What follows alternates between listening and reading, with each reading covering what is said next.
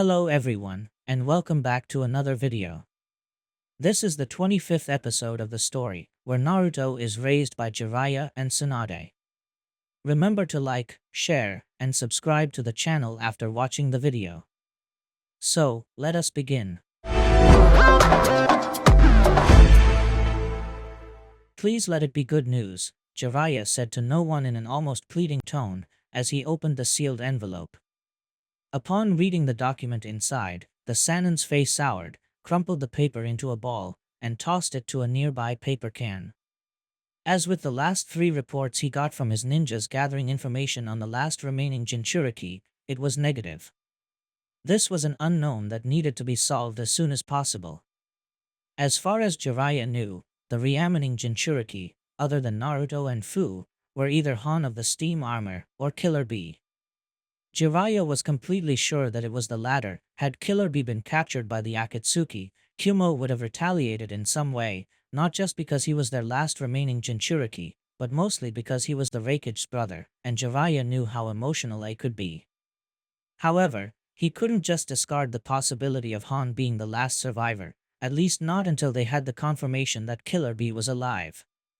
While he knew it would be impossible to take Killer Bee out of the Land of Lightning, at the very least he could form an alliance with Kumo in order to protect him and Naruto and Fu better. Sadly, he couldn't just send the Raikage a message asking if Killer Bee was still alive, and if that was the case, to reveal his current location. Because Jiraiya knew that, once Akatsuki had 7-tailed beasts in their power, they'd turn their attention towards the one village that houses the other 2. Konoha. Jiraiya was snapped from his thoughts when somebody knocked the door of his office. Yes, the Sannin asked. The door opened, and a bird-masked ANBU peered in. Hokage-sama, Danzo of the Council of Elders is here, the ANBU announced. He wants to talk with you about an important matter.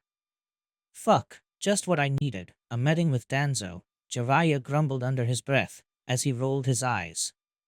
Tell him to come in. Yes, Hokage-sama, the ANBU replied. A few seconds after the ANBU left, the door opened again, revealing the leader of Root. Danzo, Jiraiya said. What do I owe this visit? Please try to be quick. I'm a very busy man. You know exactly why I'm here, Hokage-sama, Danzo said, as he took a seat without Jiraiya telling him to do so.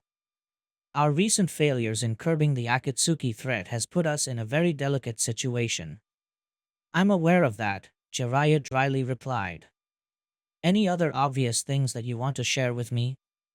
It would do you plenty of good if you cast away that facade of sarcasm and nonchalantness, and employed some sobriety just for once, Danzo chastised, almost as if Jiraiya was a kid, and Jiraiya had the feeling that that was how Danzo saw him. Your method of dealing with the Akatsuki threat has resulted in failure so far. Obviously a new strategy is needed. Not a complete failure. We managed to secure the Jinchuriki of the 7 tails, Jiraiya tried to defend. And for that, you'll have my appreciation, Danzo replied. Or you would, if I didn't know you have the foolish idea of letting her go back to Taki once this crisis is over, instead of trying to make her stay in Konoha permanently. From what I could learn, she started a romantic relationship with the heir of one of our most important clans. Even a kid with no experience in politics should know how to use that to convince her to stay. Regardless if she chooses to stay or not, it will be a better option than within Akatsuki's grasp, Jiraiya stated, bringing the topic back on course. Danzo, however, had no option but to agree with that. Even then, Akatsuki is in control of 6.5-tailed beasts, Danzo recapped. A threat of such magnitude requires a response of appropriated scale. I'm afraid to ask, what are you suggesting, Jiraiya deadpanned. Your informants revealed that the leader of the Akatsuki has strong ties to Amigakure. In fact, the whole village appears to be under Akatsuki's control, Danzo began. The answer should be obvious. We should invade Amigakure and capture the leader of the Akatsuki. With the leader in our power, not only dealing with the rest of the organization will be much easier, but we will be able to obtain all the tailed beasts they captured. Jiraiya let out a sigh, and repressed an urge to groan. Danzo, starting a war is no small business, Jiraiya said, now being the one to use a scolding tone. Much less a war with a village that's still officially allied with us, on evidence that it's shaky at best. It would make our other allies worry that we might also turn on them on a whim. Suna and Kiri also lost Jinchuriki at the hands of Akatsuki. They should join us in the invasion, Danzo countered. Plus we aren't attacking Amigakure without reason, so it wouldn't be on a whim. This is why you were always passed for the title of Hokage, Jiraiya remarked. War is your solution to everything. It will be a solution this time around. Besides, war is unavoidable at this stage, Danzo rebutted. We have 2 of the 3 remaining Jinchuriki. You know that Akatsuki will attack us sooner or later in order to claim them. The wisest course of action would be to attack them first and catch them off guard.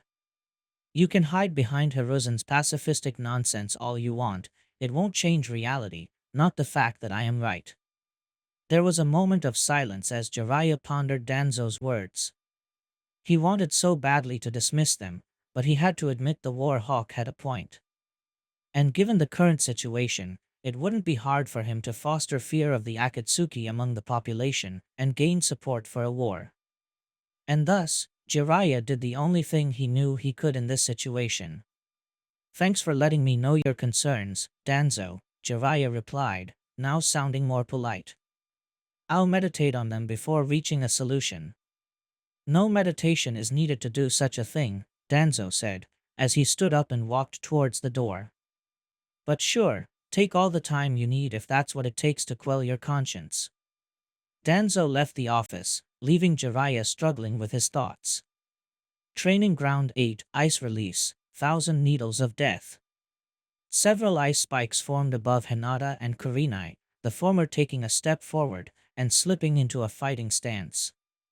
Okay, I can deflect them, Hinata said, as she started to move her palms forward in a pushing manner. Protection of the 8 trigrams, 64 palms. The ice spikes showered over the 2 women, but Hinata's defensive jutsu blocked all of them efficiently. As the ice bolts were shattered, the air started to fill with little ice crystals that sparkled with the sunlight. This gave Kurenai an idea. Hinata, prepare to attack after this, the Genjutsu mistress said as her hands flew through hand seals. Wind release, great breakthrough. The raven-haired woman blew a gust of wind towards her and Hinata's opponents, the male half of the assault squad. The wind also pushed the sparkling ice crystals towards the duo, momentarily blinding them. Not bad, sensei. You aren't as rusty as you made us believe, Haku commented, as a smirk appeared on his face, as he jumped backwards and made a hand seal. Take this then. Ice release, multiple piercing icicle shots. This time, Haku conjured several frozen spears, which flew towards the 2 women making whistling sounds. You're right, Haku, I'm not, Kurenai replied, and returned the smirk as she made a hand seal. Demonic illusion, mirror of heaven and earth change. Suddenly, the icicles turned around, flying towards Haku instead. The ice ninja tried to move, but found several roots growing around his legs, pinning him in place. Fortunately, both the roots and the icicles dissolved into nothingness before any damage could befall. Are you okay? Haku looked around, and saw Naruto grabbing his shoulder. Yeah. Thanks for the save, Haku said with a nod. I guess I underestimated Kurenai-sensei. My body might be out of shape, but I had plenty of time to hone my skills in Genjutsu, Kurenai said in almost chiding tone. You still have a long way to go until you can beat me with the very art I taught you. And you've seen only a little of what I learned these past months. Let me show you something I learned then. Naruto boasted, as he made a hand seal, before clapping his hands together. Wind release, riding the hurricane. A tornado started to form around Naruto. Or better said, around Naruto's legs. As the tornado started to grow in both size and intensity, the blonde's feet stopped touching the ground, as he elevated into the air. Hinata's eyes were wide open in surprise. I finally did it. A jutsu that allows me to fly. Well, more or less, Naruto say. You can thank your husband for this. He's so sleeping on the couch tonight, Kurenai joked, letting out a chuckle. Okay, I'll try not to rely on genjutsu so much. This spar is to help me get back into shape after all. Understood. I'll hold back so you'll do most of the work, sensei, Hinata offered. Kurenai nodded in return. The genjutsu mistress ran to meet Naruto mid-charge, while making several hand seals. Earth release, multiple rising pillars. Like the name of the jutsu suggested, rock pillars grew from the ground in front of Kurenai, each one being a little taller than the one before. The raven-haired woman jumped from one pillar to another as if they were stepping stones, until she was at the same height as Naruto. She pulled out several shuriken from her ninja tool pouch, and tossed them at Naruto. The orange-clad Jonin, on the other hand, pulled out his wind blade, and after activating it, he used it to deflect the incoming steel stars with expert swings. He was about to dash towards Kurenai, but what happened next surprised the blonde. Huh? Naruto saw Kurenai leaping at him, holding Asuma's trench knives on each hand, glowing with a blue aura as chakra coursed through them, and delivered a double swing in opposite directions, forming an X. Naruto barely had time to parry the surprise attack, and pushed Kurenai back onto one of the stone pillars. Since when are you able to use those knives? Naruto asked in shock. Genjutsu isn't the only thing I've been working on, Kurenai replied. While I admit that I'm not as good as them as my husband, they aren't that different from normal kunai. Kurenai was mostly a long-range fighter that relied mostly on genjutsu and ninjutsu, and thus strong close combat fighters were a problem. They were able to close the gap. That's why she decided to learn to use a melee weapon as well. Very well then, how about this? Naruto said, as his hands quickly made more hand seals. Wind release, cyclone shockwave. The tornado supporting Naruto expanded and grew until it doubled in size. Rather than at the top, Naruto was floating in the middle. Riding the hurricane is not just for flying, I can combine it with other wind jutsu and use it to attack. Naruto said, as he waved his hand forward. Onwards we go. That's an impressive jutsu indeed, Kurenai said, as she jumped off the pillar, landing on the ground. Though it has a glaring weakness. And that would be? Naruto asked, almost in a taunting manner. I'll show you now, Kurenai said, while her hands formed more hand seals. Earth release, hiding mole jutsu. Kurenai quickly dug underground, leaving a patch of removed dirt as the only evidence that she was even there. Naruto's tornado passed over it without having any effect. Damn it. Naruto cursed as he dispelled the tornado, landing on the ground, as he started to frantically look around. Where did she go? Haku, do you see her? No, but stay on guard. She might plan to ambush us from below, so let's focus on the ground beneath our feet, Haku told Naruto, who nodded. Let's fight back to back. The male half of the assault squad covered their backs with each other, as they prepared for Kurenai's next move. It didn't take long until they noticed the ground vibrating beneath them. There she comes, Naruto warned, as he prepared to attack. But rather than Kurenai, multiple wooden roots emerged from below, wrapping themselves around Naruto and Haku, until the two ninjas were trapped inside a tree. What the? Naruto asked, as he tried to futilely struggle against his bindings. When did she put us under a genjutsu? You've been under one for quite some time, Kurenai said, as she appeared from behind the tree. And to answer your question, it was just after you used that giant wind jutsu. Then you didn't go underground. Naruto said in realization. No, I didn't, Kurenai said, before making a hand seal. The tree disappeared, releasing Naruto and Haku. I made you think that so you'd focus your attention elsewhere and wouldn't think that the attack could come from somewhere else. Misdirection, Haku said in realization. Misdirection is a powerful tool that, if applied correctly, can allow a ninja to defeat a superior opponent, Kurenai explained. One that genjutsu specialists just like myself work to master above everything else. You did a splendid job, Kurenai-sensei, Hinata praised, as she walked towards the others. Nobody would say that you've been off duty for so long. Thank you, Hinata, Kurenai smiled at her, before she started to huff. But truth be told, I'm almost out of breath. That little spar left me torn. Then again, my victory is also due Naruto and Haku's poor performance. Seriously boys, how did you let me fool you like that? Guess I'm a bit rusty as well, since I've been recovering from an injury these past weeks, Haku said a little embarrassed, deep down knowing that there was no excuse for failing like that. He could feel Zabuza's disappointing glare weighing on his neck. What about you, Naruto? Kurenai asked the blonde. I don't remember the last time since you've been this distracted. Something on your mind, Naruto-kun? Hinata asked her boyfriend. You could say that, the blonde replied.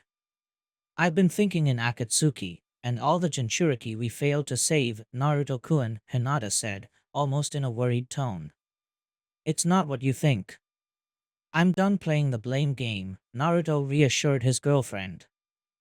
I've been thinking in those fights, and realized of something. The Akatsuki always managed to capture the Jinchuriki just after we located them. Now that you mention it, Haku said, as he also recalled the missions involving them. You're right. Do you think that Akatsuki is following us? Hinata asked. That, or there's a spy in Konoha that feeds them information, Naruto concluded. No, that can't be right, Kurenai replied, shaking her head. If there was a spy leaking intel, I'm sure Jiraiya-sama would have already routed him or her out. Maybe, but it's the only possibility I can think of, Naruto said. Also, what about Gaara? Or Yujito? Kurenai asked. Gaara and Yujito worked for their respective villages, so tracking them would be easy, Haku countered. It would be a matter to wait until they're far from the village or trick them into leaving it. But Utakata-san and Rashi-san were vagrants, Hinata continued, as she came to same realization as her teammates. And Akatsuki found them almost immediately after we did. I'm with Naruto-kun, this can't be a coincidence. If what you say is true, and there's an Akatsuki spy in Konoha, Kurenai began, as she looked at Naruto with worried eyes. Then both you and Fu are in grave danger. Fu and I have been in danger since the moment we became Jinchuriki, Naruto replied. Realized the way he sounded, he added. Thanks for your concern, Kurenai-sensei, but this is nothing new to us. Anyway, enough of this gloom talk, Hinata said, standing up. If there's an spy, we must trust Jiraiya-sama will be able to find and deal with them. All this training worked up my appetite a little. Say, how about if we go to Ikaraku's, the four of us? It's been a while since we did that. Plus I think that will take your mind off of negative thoughts. Naruto smiled at her girlfriend's suggestion. I think I can agree on that.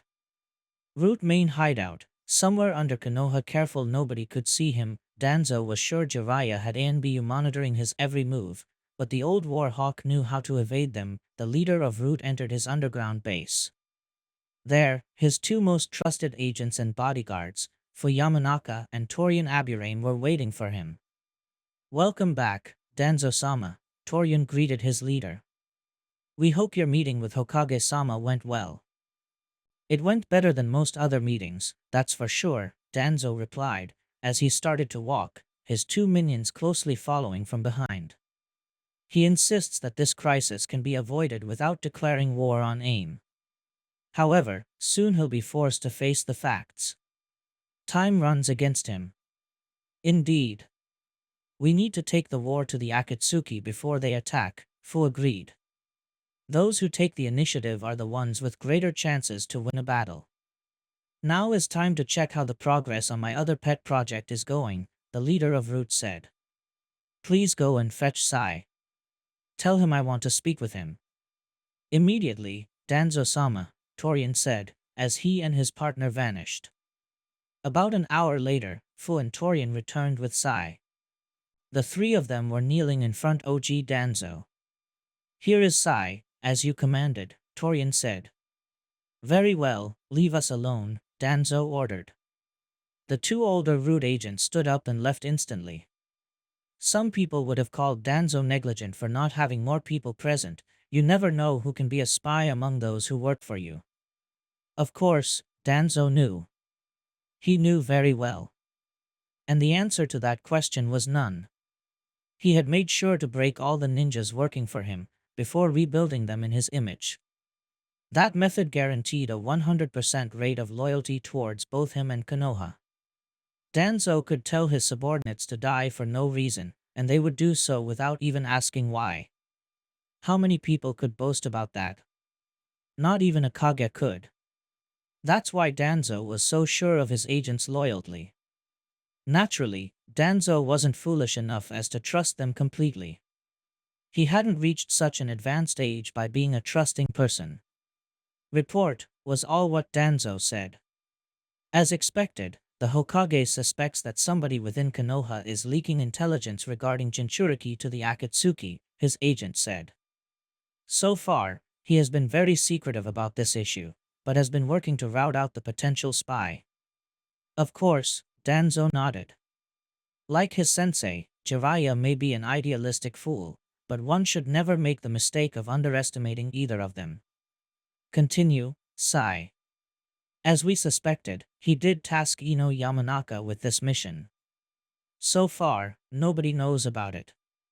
Not even Jiraiya-sama's wife or elder son, or Ino's sensei and teammates, the pale boy continued. "Does Jiraiya suspect it was us?" Danzo asked. The leader of Root did feel a bit uneasy, worried even, but years of brutal self-imposed mental conditioning didn't allow his stoic facade to falter. "Fortunately not, Danzo-sama," Sai replied. "He seems to be convinced that the spy is somebody under a genjutsu placed by Obito Uchiha using Shursui Uchiha's stolen eye. Even if the eye was recovered, the genjutsu will continue to work as intended." So far, Ino doesn't seem to question this line of thinking either. "Those are good news indeed," Danzo said, but once again, if he was happy, he didn't look like it. "What about the Yamanaka? I hope you didn't give that girl a chance to scry your mind. She did use some of her mind jutsu on me as part of our training sessions alongside her team," Sai began. "Fortunately, Fusan's training prepared me to resist such jutsu, and realize when she was reading my mind." "And you trust she never did?" Danzo questioned. "I do. After all, Fusan is a more experienced and skilled in the arts of the Yamanaka jutsu than her. If I can resist his jutsu, then so I can hers," Sai replied. "Not that I ever let my guard down with her during any moment." "As it should be," Danzo replied with a firm nod.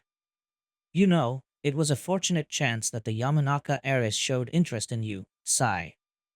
Being close to her might provide us with more Yamanakas to our organization. So I take that you want me to continue my relationship with her?" Sai asked. "For the time being, yes," Danzo said. "Though I hope that you aren't growing fond of her, Sai." "I believe I'm not," Sai replied.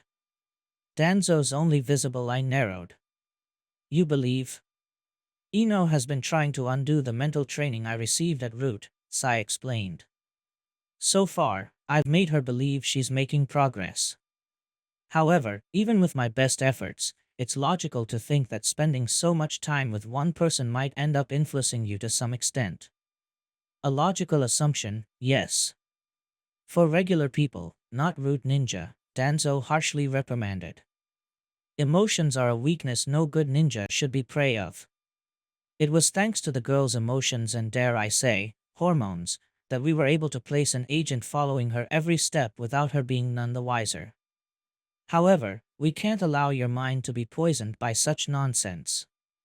If the Yamanaka heiress is giving you this much trouble, I might have to remove you from this mission." "That wouldn't be advisable, Danzo-sama," Sai countered. Despite the words, Danzo didn't detect any sort of defiance in his voice, but more of a warning. And why not? Ino-san has grown accustomed to my company, and might ask why I suddenly disappeared on her without reason, Sai explained. And if we place another agent to fulfill my role, she might grow suspicious. Danzo looked at Sai, his facade of impassiveness unwavering, as he processed the pale boy's words. Root agents were trained to think logically and to use foresight, and so far, Sai was showing a marvelous display of both attributes. Danzo couldn't find any fault in his reasoning. Yes, I believe you're right. This operation is at a too far advanced stage in order to change the agent carrying your role, Danzo admitted. However, I think that supplemental training will be in order if we want to counter the influence the girl is having on you. Of course, Danzo-sama, Sai obediently agreed. You're dismissed, Danzo finally said. Without saying any more words, Sai swiftly disappeared from the chamber, as if he was never there, leaving Danzo alone with his thoughts. So far, the plan was going good. Akatsuki would soon gather the other seven-tailed beasts in one place, making their capture by Konoha all the easier. Then, it will only be a matter of fueling a sentiment of fear towards Amigakure that would result in a war. Akatsuki would be crushed, and Konoha in possession of all nine-tailed beasts, as it should have been. And then, Danzo's dream of Konoha ruling supreme over the elemental nations would finally become a reality. Yes, the long years of planning were finally bearing fruit. Soon, everything would come to an end. Valley of Clouds and Lightning, Land of Lightning surrounded by steep mountains lied one of the Land of Lightning's most visually impressive hallmarks. Its unforgiving terrain made an almost impossible task to build anything there, either be a military outpost or a village for civilians to live. So naturally, most people who go to the valley are mere trekkers wanting to enjoy a beautiful sight. Of course, Kumogakure took advantage of such terrain, and decided to build a small underground shelter beneath it. Not too big, with only capacity for 10, maybe 15 people, which wouldn't make it fit as a place to go for an evacuated village. However, it was the perfect place to hide somebody. Such as the Jinchuruki of the Eight Tails. Or it would be if Akatsuki didn't had such good spies in their payroll, albeit the best one worked for free. The valley had changed a lot in the past hour or so, mostly due to the battle of titanic proportions that just took place between its sole human inhabitant and a pair of cloaked interlopers. The battle had deviated the course of a nearby river, shattered some of the nearby hills, filled the ground with craters, and oddly enough, gigantic severed tentacles were scattered around. The two interlopers, Deidara and Kisame, walked towards their downed prey. "Goddammit, the fucker took so long to go down," Deidara said, panting. "If I knew this guy was a lightning release user, this has to be the strongest Jinchuruki we ever faced," Kisame stated, who, unlike his annoyed partner, sounded rather pleased. "Too bad. Now every enemy I will fight after this one will feel unsatisfying." "I can't believe you enjoyed this," Deidara said, as he put some of his clay into one of the mouths in his hand, and started to chew. "We've been this close to die. I still don't know how that last attack brought him down." "You can say that to me, fighting is an art, and the stronger the opponent, the better. I mean, 7 swords at once." These Kumo guys might have a point when they boast about being the better swordsman. "Though in the end, guess that quality trumps quantity," he replied, shooting the blonde a bloodthirsty grin. He then crouched down and placed 2 fingers on Killer Bee's neck. "Good. He's still alive. I was afraid that my last attack would have ended him for good. You can't afford to hold back against an opponent of this caliber. But thankfully, Jinchuruki tend to be tougher than average." "Yeah, whatever, I want to get the hell out of this place," Deidara said, as his mouth released a small bird made of clay, that in a burst of smoke increased his size to a point where it could comfortably carry both Akatsuki and the Jinchuruki. Deidara and Kisame hopped onto the bird, who caught Killer Bee with its talons, before it flew away. And as this happened, 2 Kumo ninja stationed nearby arrived to see the result of the ensuing fight. What happened here?" the first ninja asked. A fight? Is Killer Bee-sama okay? Hey, what's that? The second ninja asked, pointing at the retreating flying figure. Wordlessly, the first ninja pulled a spyglass and took a look. What he saw filled him with horror. It's the Akatsuki. And they have Killer Bee-sama. No, the other one said. Come on, we have to stop them. We can't, the first one said, shaking his head in resignation. We have no way to catch an airborne enemy. All we can do is inform Reikage-sama of this. Reikage-sama isn't going to take kindly to these news, the second ninja fearfully said, as he loudly gulped. Even then, I'd better try to follow them, so I can find any leads. Understood. Good luck. I'm going to report this to Reikage-sama, the first ninja said, as he and his partner took different paths. And if both Akatsuki and Kumo ninja had stayed a little longer, they would have noticed how one of the many severed tentacles scattered around the devastated battlefield started to wiggle, as if something alive tried to get out from inside it. Downtown Konoha. Walking through the moderately crowded streets of the village, the 4 members of the assault squad made their way to Ikaraku Ramen, per Hinata's suggestion. I tend to eat there pretty often, but man, it felt like ages since the last time I was there. Naruto said with a grin of anticipation, both hands behind his back. Things have been pretty hectic during the past weeks, Haku pointed out, then looked at Naruto. Especially for you. Not having you guys with me has been weird, that's for sure, Naruto admitted. But now that the whole squad is reunited, things will get back on track in no time. Akatsuki won't lay a finger on any more Jinchuriki, and we will rescue the tailed beasts they had in their power. You're certainly in a good mood, Naruto, Kurenai observed, before smiling at the blonde. Did my return had such an impact to you? If that's the case, I'm really flattered. Hey, the 3 of us are pretty awesome. But none of them would be where we are if it wasn't for you, Sensei, Naruto earnestly said. A ninja might have potential, but it's a good sensei's job to bring it to the surface. I think you give me too much credit, Kurenai replied, even blushing a little. She was aware all her students had surpassed her already, yet they still looked up to her and considered her an important part of the team. You downplay too much the importance of Dash. Kurenai stopped mid-sentence when something caught her eye. She could have sworn she saw a certain person she hasn't seen in quite some time. Kurenai-sensei? Hinata asked, tilting her head. Are you alright? But the Genjutsu mistress didn't reply. Upon seeing that person turning to another street, the raven-haired woman immediately rushed after her. Wait! Kurenai cried as she followed this person. Kurenai-sensei? Where are you going? An alarmed Naruto asked. But Kurenai didn't reply. Entering the same street as the stranger, she frantically looked around, having losing her out of her sight, until she was able to see her again, about to enter to another street. Rushing along, she followed suit, entering a less crowded zone. But much to her shock and disappointment, she was nowhere to be seen.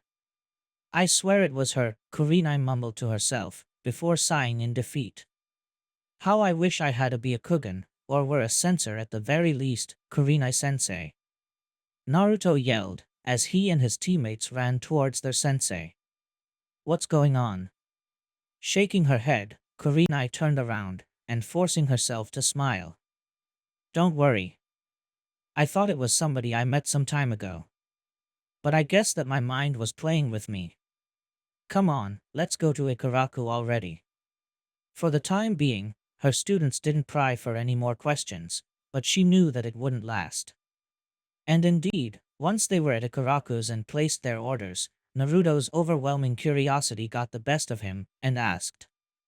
Kurenai-sensei, the blonde began.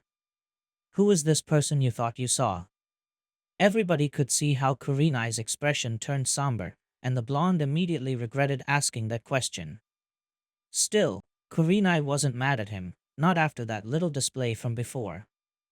I think I told you about how before I got to be your sensei, I was assigned as the teacher of a girl from a dying clan that was very gifted with genjutsu, Kurenai began.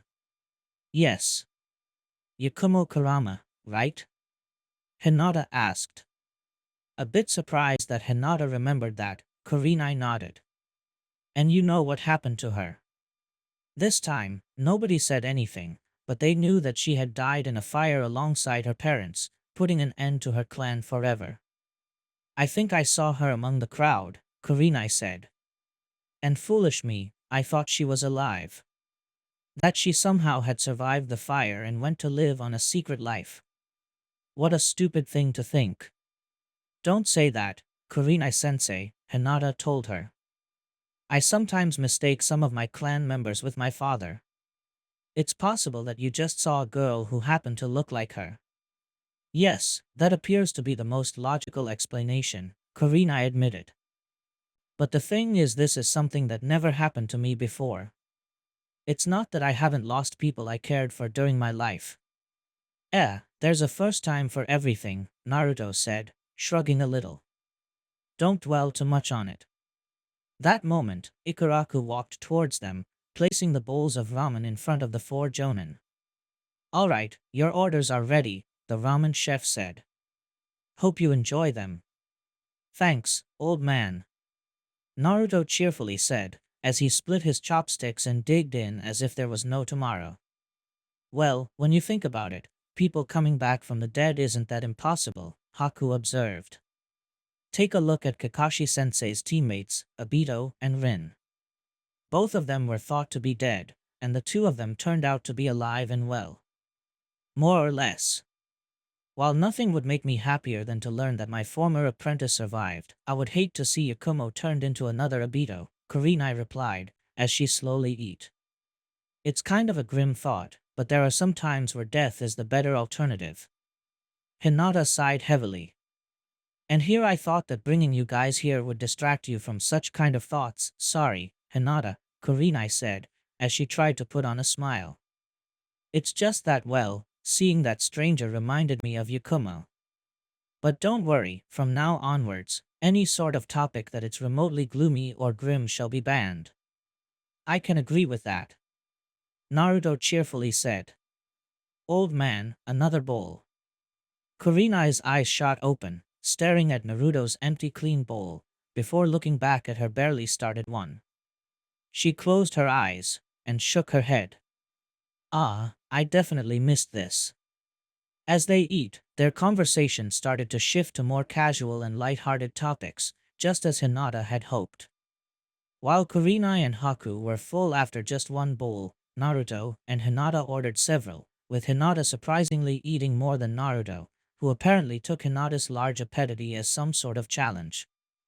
They had such a good time as Ikaraku that nobody, not even Hinata, noticed that somebody had been watching them the whole time. It was the person that Kurenai had mistook for her deceased student. She decided to leave before they could notice her presence. Turns out, the assault squad wasn't the only team whose members were eating together after a hard training session. Coincidentally, Kurenai's husband Asuma was also eating with her students, albeit they were having lunch at Yakiniku-Q, their usual and Choji's favorite eating spot. Today's training has been a good one, Asuma commented. You're getting visibly stronger with each day. You guys make me proud. You don't have to say that, Ino said in fake modesty. But I enjoy being praised a lot, so keep the compliments coming. Asuma laughed at the blonde's reply. Well, this compliment may make your day then. Guys, have you ever thought in applying for a promotion to either Jonin or Special Jonin? Naturally, such question drew the full attention of his three students, who looked at him with eyes wide open. Even Choji had stopped chewing on his slice of steak when he heard Asuma saying that. Do you? Choji began, before gulping the piece of meat in his mouth without even chewing it whole. Do you mean it, Asuma-sensei? Do you think we're ready? Of course I do. If it wasn't the case, I wouldn't had say it, the bearded Jonin stated. Honestly, I think that you've pretty much outgrown the rank of Chunin for some time. It's about time you guys move forward. While the perspective of a higher rank is indeed great, I can't help but notice that there's something more to this recommendation, Shikamaru interjected, narrowing his eyes at Asuma as his lips curved into a smirk. I suppose that the fact that you have a child now had nothing to do with it. And that if we had a higher rank, you would be allowed to spend less time with us and more with your family? Asuma was taken aback by Shikamaru's conclusion. No matter how much time he spent with the Nara heir, he would never stop being caught off guard by Shikamaru's keen mind. Fortunately for Asuma, he didn't have to answer as Shikamaru continued talking. Not that I blame you for thinking that, Shikamaru added. I just want to make sure we're ready for it. I'd lie if I didn't admit spending more time with Mirai was part of the reasoning, Asuma bashfully replied. Don't think I want to get rid of you, guys. You're the best students a teacher could have. We'd never think something like that, Shikamaru said. Besides, Tamari has been needling me with that topic as well. Since she became Jonin less than a year after becoming Chunin, she also wants me to get the rank as well. A lot of people of our age group are either Jonin or Special Jonin, Ino commented, as her hand rested under her chin. I mean, Kurenai and Guy's teams have no Chunin among them. Suddenly, Ino's face lit with realization. That's it. You're afraid Kurenai-sensei will make you feel inadequate and won't match her team, aren't you? Ino, Asuma groaned as she shot the blonde an annoyed stare. Kidding. Kidding. Ino laughed, holding her hands up in defense. I know you don't have such a fragile ego, Asuma-sensei. Say, what would we have to do in order to get the promotion to Jonin? Choji asked, hoping to bring the topic back on track. For starters, you'll need to improve your record a little. Jonin usually do nothing but A and S rank missions, so you'd need to do some more missions like that in order to show them that you're ready, Asuma began. You'll also need a certain degree of expertise on 2 different elemental ninjutsu. I think we should focus most of our training on that. I'm all for it, Ino replied. Hinata and Tenten are already special Jonin, and if I let Forehead Girl to get the rank before I do, then I'd dash, Ino began, before she suddenly shut up. Her mouth was agape, and her eyes shot open. It looked as if Ino had just seen a ghost. Ino? Are you okay? Shikamaru asked, while Choji waved a hand in front of her. This seemed to snap the blonde out of her stupor. Yes. Yes. I'm fine. Ino insisted, sounding oddly nervous and agitated. I remembered something. I need to help my mom with some stuff on the flower shop. Ino pulled out her coin purse and left a couple bills in the table. This should be enough for my meal. You guys can keep the change. Sorry for leaving so sudden. I will make up for this, I swear. And Ino left the restaurant as if it was on fire, leaving her 3 male teammates rather confused. Do you know what happened? Asuma asked, deeply confused. I hope it wasn't something I said. Choji just shrugged, but Shikamaru looked pensive. It was quite obvious that the blonde was hiding something from them. Ino felt really bad for leaving her teammates like that. It was painfully obvious that her excuse to leave was a very transparent lie, but she had no other options. She couldn't tell them, at least not now. Her mission was too important, and secrecy was key. She walked at a steady pace, but not quite as fast as to make her look she was in a rush. Fortunately, Yakiniku-kyu wasn't that far away from her destination, the Hokage Tower. Wasting no time, she climbed the stairs until she reached the last floor, and walked towards the Hokage's secretary. Excuse me, Ino began, making herself known. My name is Ino Yamanaka. I need to see the Hokage right now. I hope he isn't busy. You're lucky, Hokage-sama doesn't have a meeting until half an hour, the secretary began, as she pressed a button in the intercom. Hokage-sama, a kunoichi of the name Ino Yamanaka wants to see you. Sure. Tell her to come in. Jiraiya's voice replied. Tell the Hokage that I bring some inspiration for his new book, Ino added. The middle-aged woman raised an eyebrow, as she shot the blonde a dubious look, but decided to comply. Hokage-sama, the secretary continued. The girl says she brings something that will inspire you for your next book. There was a moment of tense silence, until Jiraiya's voice could be heard again. I want you to cancel all my scheduled appointments for today. I'm going to be very busy, Jiraiya's voice said. His voice had lost all its usual warmth, replaced by steel-cold determination. But Sir Dash, do as I say. Jiraiya insisted, silencing the secretary. And tell Ino to meet me immediately. Okay, the woman looked at Ino. You heard him, girl. Better not make him wait. Ino nodded, and walked into the Hokage's office. Jiraiya was there as expected, and stood up the moment the Yamanaka heiress made her presence known. I already made all the ANBU leave, Jiraiya began. You know what to do. Ino nodded, as she and Jiraiya made a hand seal, producing a single shadow clone each. Jiraiya had made Ino to learn the shadow clone jutsu. It took some time for the blonde, but in the end she managed to expand her chakra pool enough to produce a single clone. It was necessary for their meetings. As the clones took seats at a side of the desk each, Jiraiya walked to Ino, grabbed her wrist, and made a different hand seal.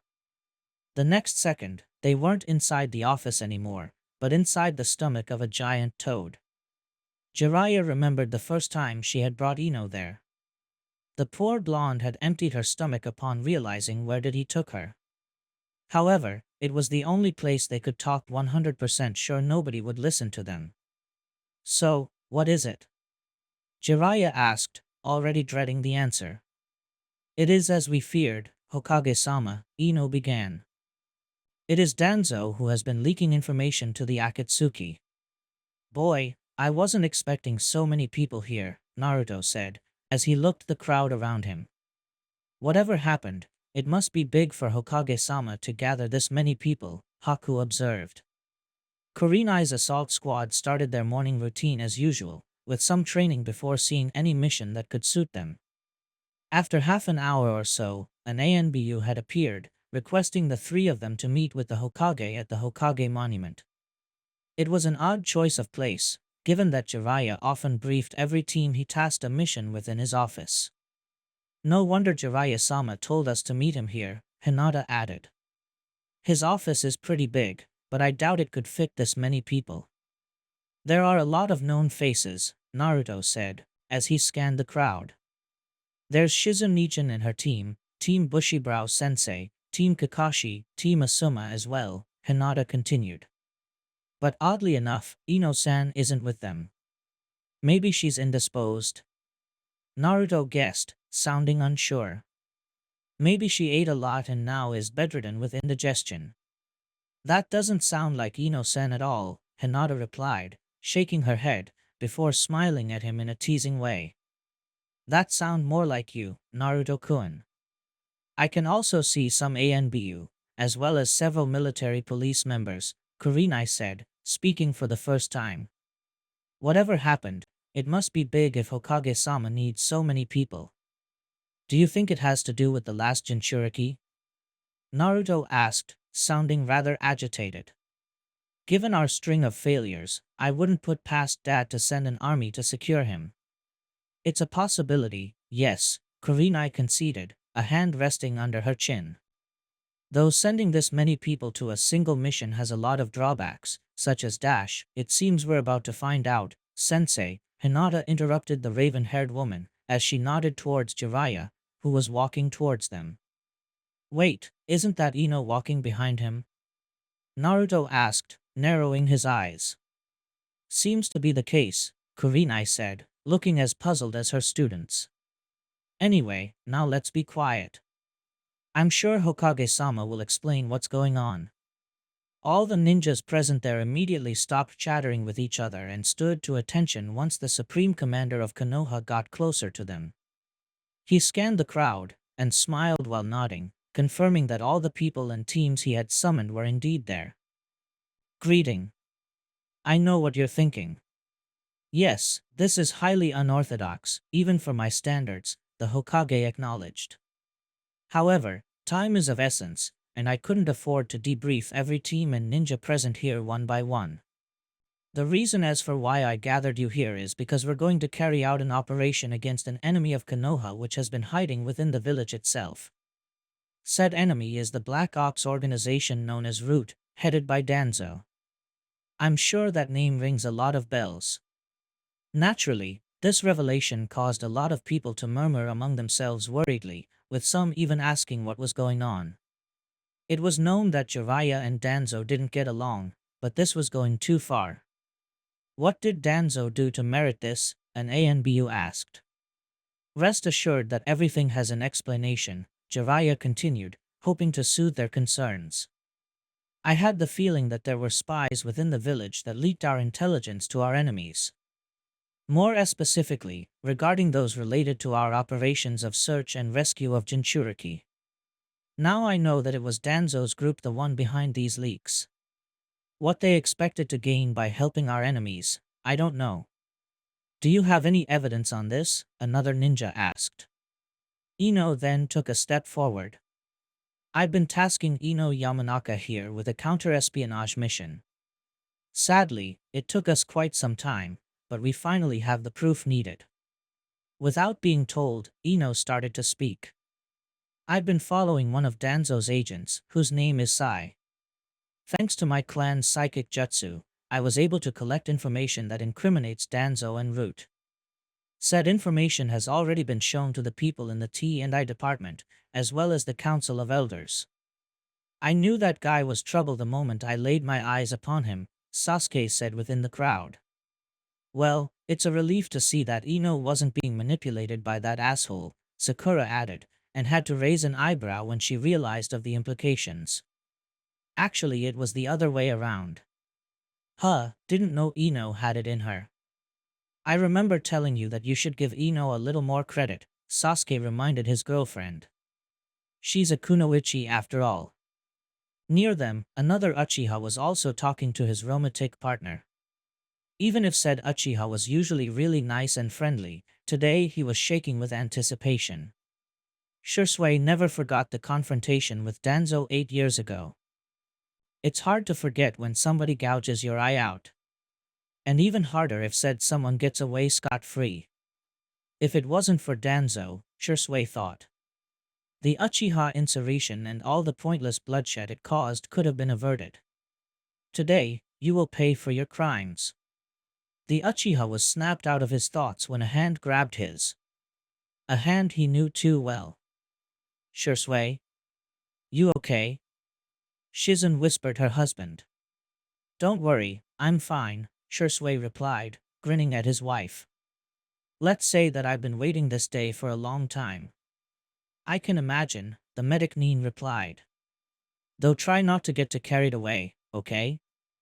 This is an important mission for Konoha as a whole. Don't worry, I'll behave, Shursui reassured, as his smile widened. Though Shizun could tell it wasn't entirely genuine. Jiraiya, meanwhile, continued talking. Root has several installations that they use to carry their missions.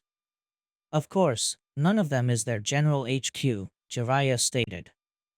Danzo believes that the location of his true HQ is unknown to us, but he forgot that I used to be the one in charge of the village's intelligence network, so finding it wasn't that hard for me. I'm sure that word of this attack will reach Danzo's ears before we can storm his base, so expect heavy resistance, as well as an escape attempt, Jiraiya said. That's why we will split into two forces, the Vanguard unit and the Hunter unit. The Vanguard unit will be the ones to invade his base, and capture, disable or kill every member of Root you come into contact with. The Hunter unit will spread around, and will capture any Root agent trying to flee. I expect Danzo will sacrifice several of his own agents to create a path to escape. Remember, Danzo is the main objective of this mission. If we can take him down, Root will go down with him. That's all. I myself will lead the Vanguard unit in the raid. Everybody knows your roles now, let's go.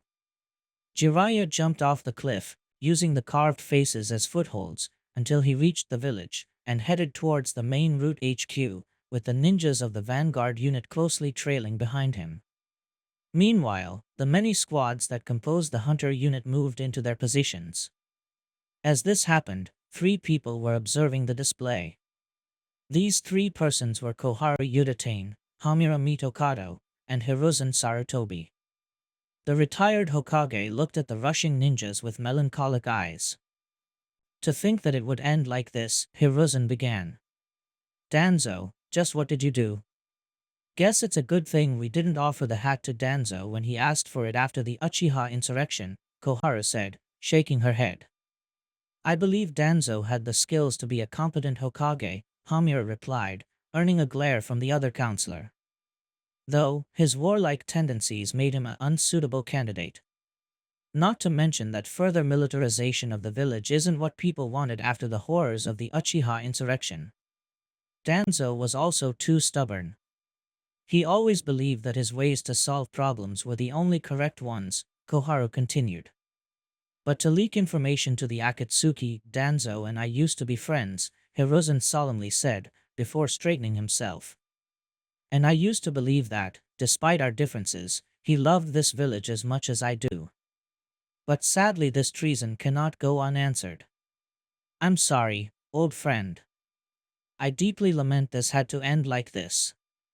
Of all the times Hiruzen was glad that he was rid of the burden of being Hokage, this moment was the one he appreciated it the most. Just like what happened to Orochimaru, he was afraid that he would let Danzo go if he confronted his old friend. Fortunately, Jiraiya didn't have any kind of emotional connection with the War Hawk, and would do what's needed to do. Shaking his head, he turned around and walked towards the village. Let's go, Hiruzen told his former teammates. There's nothing left to see here. All we can do is wait for the news of Jiraiya's victory to arrive. Root Underground Base, at that same moment just like Jiraiya had expected, Danzo got wind of the operation against Root. Its leader wasted no time, and gathered all the available agents he had in Konoha around him. Time was of essence, and there were many things to do. Though he had hoped his men and women could deliver the results he was aiming for. My ninjas, what we feared has come to happen, Danzo started. It seems that Jiraiya has evidence of our dealings with Akatsuki. Naturally, he didn't even bother to contact me and let me explain why I did this and how Konoha can benefit from it. As we speak, a battalion of ninjas loyal to him rushed to this very base, ready to either kill or capture every single one of us. As expected, none of his ninjas said anything. They remained quiet, still bowing to him, merely awaiting orders. Fortunately, I already had a contingency measure in case something like this came to happen, Danzo continued. For the time being, given how outnumbered we are, the best course of action will be to flee the village. In order to do so, several of you will need to stay behind and fight Jiraiya's forces so you can buy the rest of us time to escape. Again, none of his agents ever protested. If Danzo told them to die, they would die. Since they believed that that was for the best of the village. The thought of questioning such orders wouldn't even cross their minds. On top of covering our escape, we need to take several crucial assets for our organization to continue, Danzo finally said, as his single eye rested on a particular group of ninjas. It's time to carry out Operation Rising Phoenix. A few minutes later, the Vanguard unit, led by Jiraiya, arrived at the entrance of Danzo's main base. It was an old, wrecked textile factory that had been severely damaged by the Nine Tails when it first attacked Konoha 16 years ago. Since then, a new textile factory was opened, and this one was left unused. That's it, until Danzo decided it would make a great hideout. Is this the place? Jiraiya asked the kunoichi besides him, who happened to be Hinata. Hinata's Tensigan flared for a second, and nodded. Yes. There are several tunnels that lead to a large underground base. There are several ninjas placed inside the factory, as well as many others in the base. As expected, they know we're coming, Jiraiya confirmed with a nod. What else? Do you see where Danzo is? Hinata's eyes scanned the underground base, until she finally found the man in question. Found him, Hinata said. He's in the deepest part of the base. He seems to be issuing orders to his ninjas. Some of them are gathering around him while others are coming up. I believe he's planning to send half his forces to stop us while he escapes with the other half. Just as I expected, Jiraiya said, smirking a little.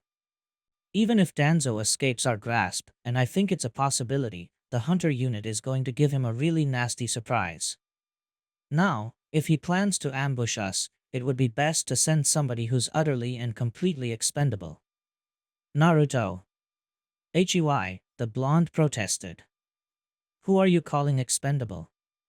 Jiraiya sweat dropped. I was talking about your clones. Naruto's anger dissipated, replaced by a feeling of embarrassment. Oh yeah, that makes sense. Though you could have worded it differently. Naruto-kun, we have no time for this. For each second we stall, is one more second we give Danzo to escape, Haku reminded him. Oh, yeah, sorry. Naruto replied, making his favorite hand seal. Shadow Clone Jutsu. 100 Naruto clones popped into existence. Without waiting for the original to issue a command, the orange and black-clad army poured into the abandoned factory like predators breaking to their prey's lair. And just like they had expected, the Root ANBU ambushed them. 2 Root agents leaped from their hideouts, weaving the same set of hand seals. Water release, water wall. The 2 Root ninjas expelled a stream of water through the hole in their masks, quickly flooding the floor of the factory. As this happened, other 2 Root ninjas appeared, weaving a different set of hand seals from the first 2. Lightning release, thunderbolt.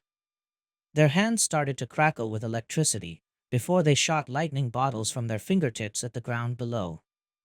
The water conducted the electricity, instantly dispelling most of the Naruto clones. Good job guys, you just wasted that carefully prepared trap on a bunch of clones, one of the surviving clones boasted. Everybody, come inside. Everybody, watch out. Hinata warned the ninjas breaking into the factory. More Root agents remain hidden in the shadows. Expect another ambush.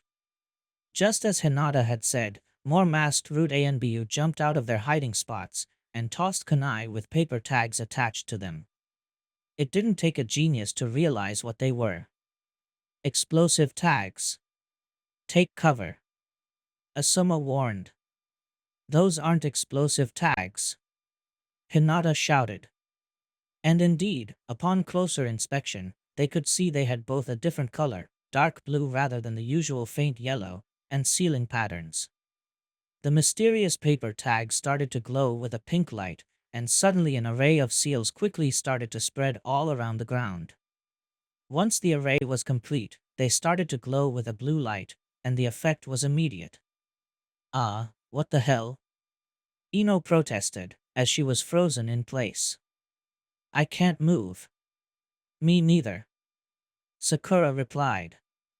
These seals seems to form an energy field that paralyzes whoever gets close, Sasuke deduced. If we destroy the paper tags, it will be undone. And you think we're going to let you? A voice said from above, as more Root ninjas emerged from their hiding spot. All of them were carrying large sealing scrolls. Die. The ninjas above them unfurled the scrolls, whose contents were quickly unsealed, and the paralyzed ninjas found themselves about to be showered by a rain of multiple swords, kunai, shuriken, and other weapons and very sharp objects. Hinata, your turn. Naruto said. Hinata, who had remained behind, floated into the factory, before flying upwards, completely immune to the effect of the paralyzing seals. Since I'm not touching the ground, I'm safe from that trap, Hinata thought, as she made several hand seals. Tensigen Chakra Cloak. Hinata started to glow with a lavender aura. Truth-seeking balls. The Hyuga clan had created 2 dark orbs out of thin air. Silver will reincarnation explosion. The 2 truth-seeking balls merged into a single energy orb, which exploded into a silvery tornado that began moving upwards, blowing the rain of weapons away, until it destroyed the roof of the factory. The tornado not only pushed the storm of steel away, but several of the root ninja were caught inside it as well. Most people present watched in awe at the sheer destructive display of the Hyuga clan head.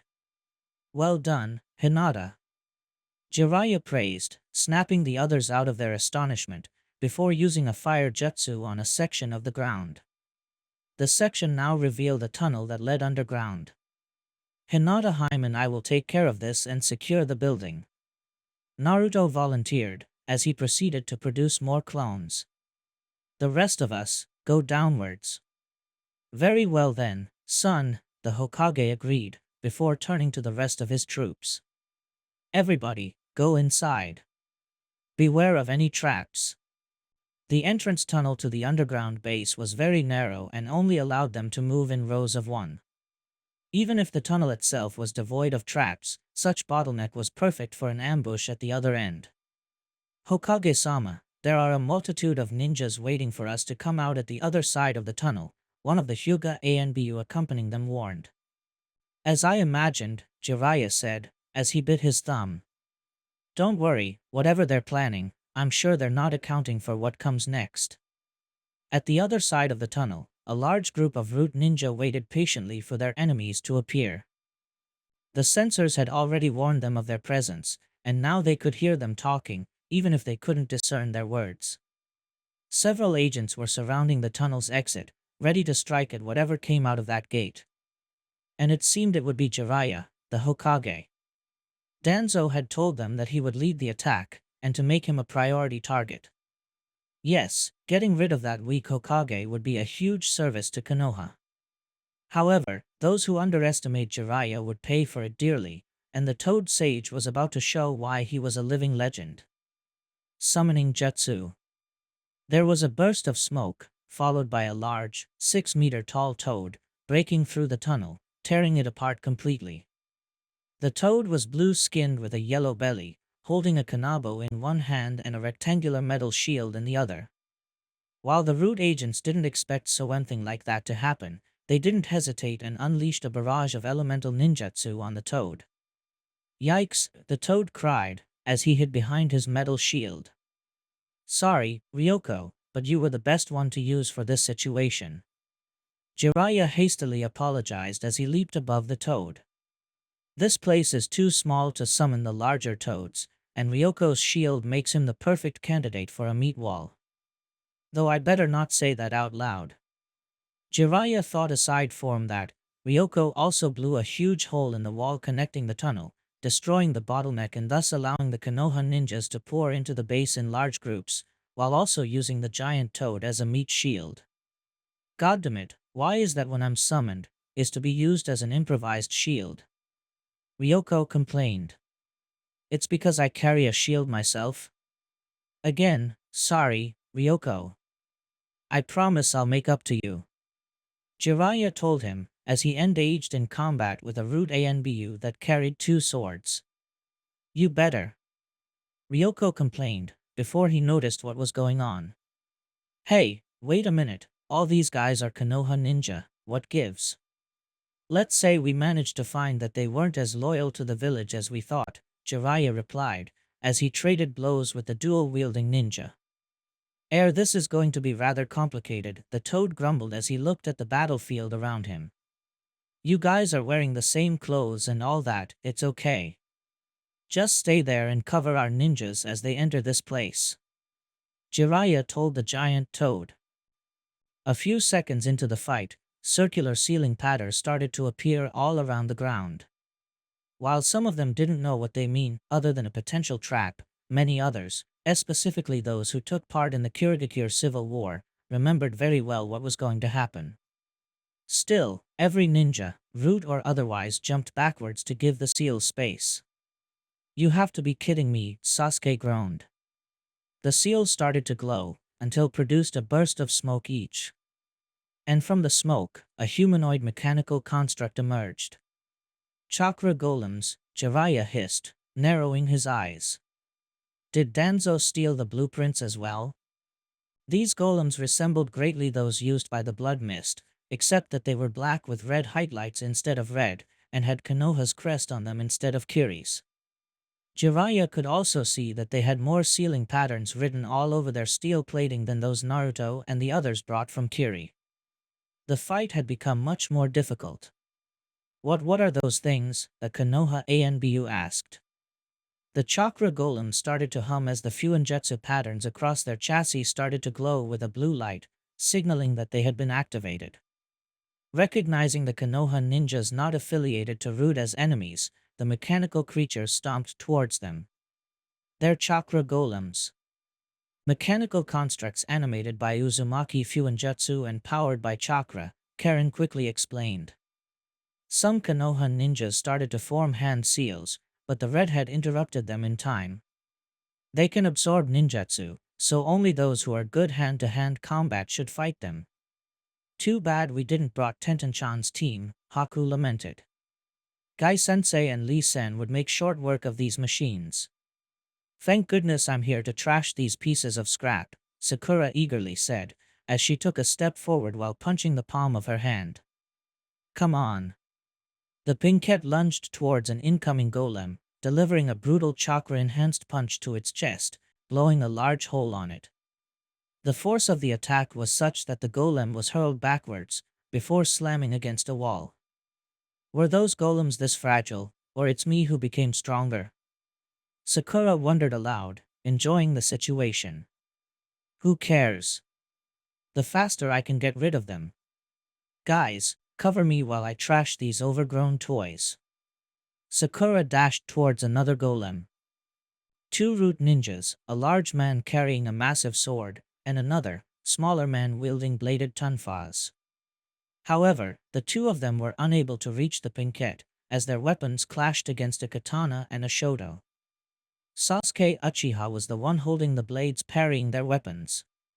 If you want to touch her, you'll have to go through me first, Sasuke coolly said, as he spun around his feet, turning himself into a brief bladed whirlwind, pushing the Root ninjas aside.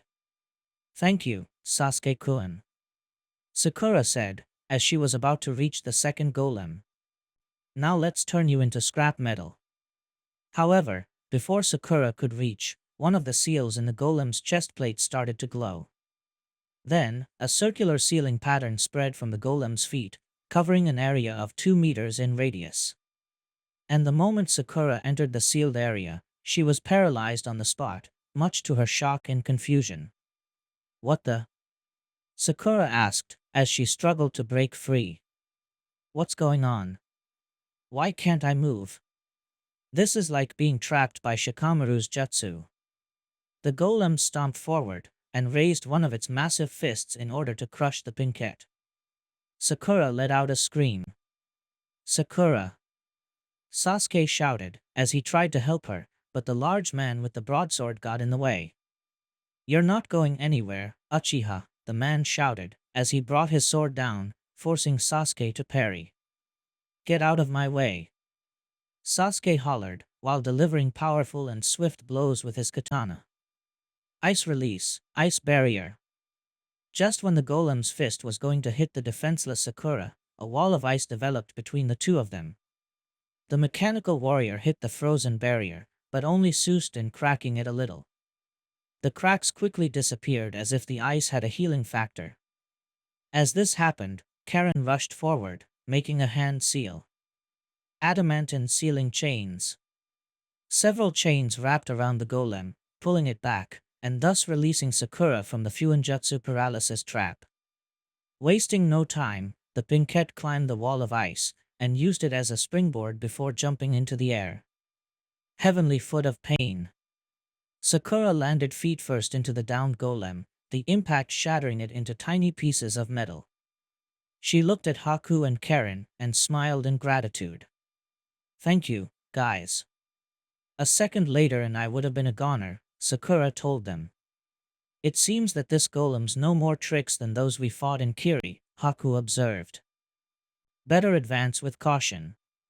Though we shouldn't spend too much time fighting these mooks, Shursui called, as he traded blows with another Tonto-wielding masked ninja. The Root ninja slashed at Shursui, but his weapon phased through him as if he was an illusion, before slowly vanishing. The real Shursui appeared from behind, and plunged his own Tonto into the man's back, killing him instantly. Danzo is probably preparing his escape as we speak. I sense more ninjas in the lower levels, but they're still, Karen relayed, as she directed her mind eye of Kagura down below. I think they're planning a series of ambushes when we get down. Thus confirming that this is mere a delay, Jiraiya stated. Half of you stay here and fight these rude agents. Everybody else, with me. Let's go downwards. Don't let them advance any further, a female root agent cried. Shizen-chan, let's cover them. Time for our combo. Shursui called. Shizen nodded, and made a hand seal while taking her head back. Potion missed. Her cheeks puffed before expelling a stream of purple, poisonous gas. The root ninja immediately jumped back, careful not to let the gas even touch them. It was too late when they noticed Shursui weaving hand seals. Fire release, Great Fireball Jutsu. Shursui breathed ahead a fireball at the growing toxic cloud. Not too big, since he didn't need it to be large for what he was planning to do. The moment the fireball touched the purple cloud, it instantly ignited, producing a chain of explosions, making the whole underground base to shake. That's our chance. Now go. Go. Go, the Hokage urged, as he dashed towards the stairs that led to the lower levels, followed by several of his ninjas. And, as expected, the moment they reached the next sublevel, they were welcomed by yet another ambush, with several root ninjas unleashing a barrage of elemental attacks, kunai, and shuriken on them, followed by several chakra golems charging forward. However, there was a new element that wasn't present in the previous fights, large animals made of ink. Sai is here. Shikamaru pointed out. Can you guys see him? He's not fighting us directly, Ino said, as he made hand seal, in an attempt to sense him. An attempt that resulted in a success. He's hiding in a nearby storage room. He's probably drawing and animating creatures before sending them to fight us. That way, he can fight and help his friends without exposing himself, Asuma deduced. Cheeky bastard. I'll take care of him, Ino decided, as she started running towards the room Sai was hiding in. Ino, wait for us. Choji said, as he and Shikamaru rushed after her. No, the blonde replied, much to her teammates' confusion. I want to do this alone. There's something I need to tell Sai. Plus I may be able to end this in a non-violent way. Ino, Asuma said in a somewhat forewarning tone. I know you care about Sai. But he's with the enemy, and has always been. Don't let your feelings get in the way of what has to be done. Ino scowled, and averted her gaze, looking as if she was wrestling with conflicting feelings. Eventually, she returned her sensei's gaze. Don't worry, Asuma-sensei. I'm a kunoichi. I know what to do. And Ino went to face Sai alone. Super Beast imitation drawing. As expected, Sai was sitting alone on a half-empty crate inside one of the building's many storage rooms, calmly drawing pictures of various animals before bringing them to life and sending them to support his fellow root agents. Sai, a voice called. The pale boy looked up, and saw Ino glaring at him, a kunai in hand. Her eyes were glinting with anger, but she was doing an admirable job at suppressing it. Oh, Ino, hello, Sai said, giving her a smile. I wasn't expecting to see you here. What did I told you about faking a smile, Sai? You aren't fooling anybody, much less me, the Yamanaka heiress hissed. This smile isn't fake. I'm smiling because I like seeing you, Sai truthfully replied, as he furled his scroll and stood on his feet. I enjoy and appreciate your company. Why, Sai? Why did you help Danzo? Why did you guys leak intel to the Akatsuki of all people? Ino angrily asked. I don't know. It's not my place to question Danzo-sama's orders, Sai replied, and Ino once again could tell he was being honest. But if he says that it will be for Konoha's benefit in the long run, I believe him. However, I must ask, how do you know Danzo-sama was responsible for the leaks? Root security is tight when it comes to keep our operations a secret. If you don't remember, Sai, I'm not just a Yamanaka, but the clan heiress, Ino replied. While I wasn't as suspicious of you as others were, it took me no time to find that you were a spy. And with the mind fragmentation jutsu, I was able to see and hear through your eyes and ears as if they were my own. That can't be true, Sai said, looking a bit confused. A Yamanaka root agent that's stronger than you scanned my mind after all our meetings just in case you tried something like that. He never found anything. Quite pretentious to assume that guy to be stronger than me, don't you think? An annoyed Ino said, as she placed one hand on her hip. I did tell you that it's a jutsu I created, meaning that no other Yamanaka knows about it. And I refined it so I could create a shard of my mind so small, it could go unnoticed for anybody who would try to scan your mind, unless they knew what they were looking for. Sai smiled again. This time, it was a smile of admiration. So, you knew that I was spying on you. And used the opportunity to turn the tables on me. Truly outstanding. I had to admit that I underestimated you, Ino. Why are you smiling? Ino screeched, her face turning red. I pretended to be your friend, but I was just using you. Why aren't you angry at me? Why should I be? You were doing your job, nothing less, nothing more, Sai said with a shrug. The only thing I should feel is regret for letting me fall to your tricks. But I will suppress that feeling too. After all, emotions are the enemy of the ninja. Ino took a step backwards, his face no longer contorted with anger, but reflecting a look that was a bit of shock and pity. Just what they've done to you? Ino asked, her voice cracking with horror. I am a tool of Danzo-sama that he will use to shape the world into a better place, Sai replied, his cheerful demeanor, fake or otherwise, disappearing, as it was replaced by stoic determination. And tools aren't allowed to feel emotions. You lie. Even if it was a farce, I refuse to believe that all the time we spent together didn't influence you in any way, Ino replied, before narrowing his eyes. I can feel your inner turmoil. How you struggle to suppress your emotions. It has been increasingly difficult the more you got to know me, right? That's not true. My emotions are in check. My mind is clear, Sai declared. Ino shook her head, unconvinced. Chakra doesn't lie. I'm a sensor, remember? And your chakra fluctuates in a very irregular way.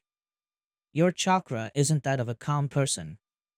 Why do you care about how I feel? Sai asked. I'm your enemy. A ninja doesn't show compassion to an enemy. It's illogical, and goes against common sense. Maybe because I'm lying to myself. Maybe because I'm a love-struck fool. Maybe because I'm still an idiotic little girl pretending to be a kunoichi, Ino replied, shrugging. And humans are rarely driven by logic. And you still plan to fight me? In that condition, you will barely be able to stand against me, Sai replied. Why? You may think that emotions are a ninja's enemy. But I was taught that my emotions can also be a source of strength. When you fight to protect something you love, Ino began, as her body slipped into a fighting stance, while her face reflected nothing but determination. Is when a ninja's at their most powerful. Very well then. I believe no more words are necessary. Now, we fight.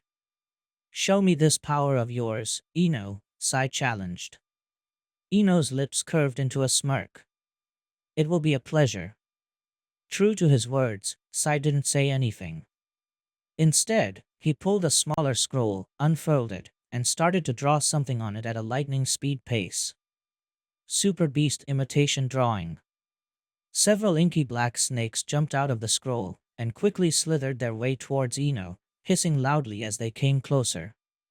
The blonde kept calm, slowly walked back, and carefully eyed the drawn reptiles as they prepared to attack. The moment the snakes lunged at her, Ino pulled out several shuriken from her ninja tool pouch, and tossed them. The close distance made aiming much easier, and the momentum the snakes carried made them impossible to dodge, and thus they were turned again into small puddles of ink once the shuriken hit them. Ino then rushed forward, and her hand started weaving hand seals, just like Sai was busy drawing more pictures in his scroll. Ino finished her jutsu faster. Water release, water gun. Ino's cheeks puffed, before shooting several water bullets at Sai. Super beast imitation drawing. Several large dogs emerged from his scroll. However, before the dogs could leave the scroll completely, the incoming water bullets destroyed them. One of the water bullets even hit Sai in the shoulder, dropping the root agent to one knee, while instinctively clutching the damaged spot to soothe the pain. "You do well not underestimating me, Sai," Ino hissed, glowering at Sai. The pale-skinned boy stood back on his feet and nodded. He stopped clutching his shoulder and pulled another scroll, this one being larger. "Of course. That was careless of my part," Sai said, as he quickly started drawing once again, his hand moving so fast it was almost a blur. "I promise I will throw at you everything I have." Multiple ink bats emerged from the scroll and flew at Ino in a circular formation, so the blonde wouldn't be able to destroy all of them at once. Not that Ino wasn't going to try anyway. Water release, water gun. Once again, Ino started to shoot small but deadly watery projectiles at the bats, each creature hit being turned into a small puddle of ink. And the bats were small enough that the bullets kept most of their momentum after destroying once. Unfortunately, there were many of them, and spread too wide to destroy individually.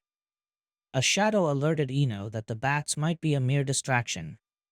Looking up for a split second, the Yamanaka heiress saw that Sai was riding a giant bird made of ink, and the pale root agent was still drawing more creatures to throw at her. Super beast imitation drawing. Four tigers jumped from the scroll and pounced at Ino, letting out loud roars. "This is bad. I can't defeat him in direct combat," Ino forced herself to admit. Her hand drifted towards her ninja tool pouch and grabbed something. Time for a different approach then. Ino tossed something to the ground, which exploded on contact, followed by a burst of smoke, and a gray cloud covering the area, and most importantly, hiding her from Sai's eyes. Sai commanded his bird to vigorously flap its wings, producing a constant gust of wind. The wind quickly dispelled the cloud of smoke.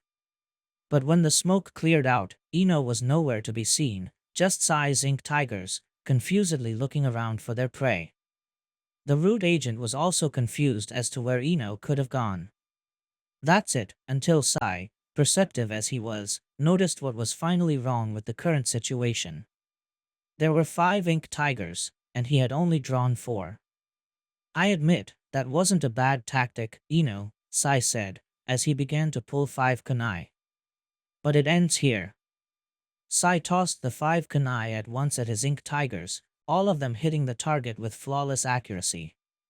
4 of the tigers dissolved into a puddle of ink, while the 5th one burst into smoke, revealing Ino, who was clutching the knife now stabbed into her gut, as she fell to the ground. "Don't worry, Ino, I won't kill you," Sai softly said, as his bird descended. "But you need to surrender, otherwise I can't give you the medical help you need." Ino, still panting and heaving, shot Sai a murderous glare, before it turned into a smirk, much to the black-haired boy's confusion. "Oh, it's you who is going to be in need of medical attention." And Ino poofed away, leaving nothing but a burst of smoke. A shadow clone?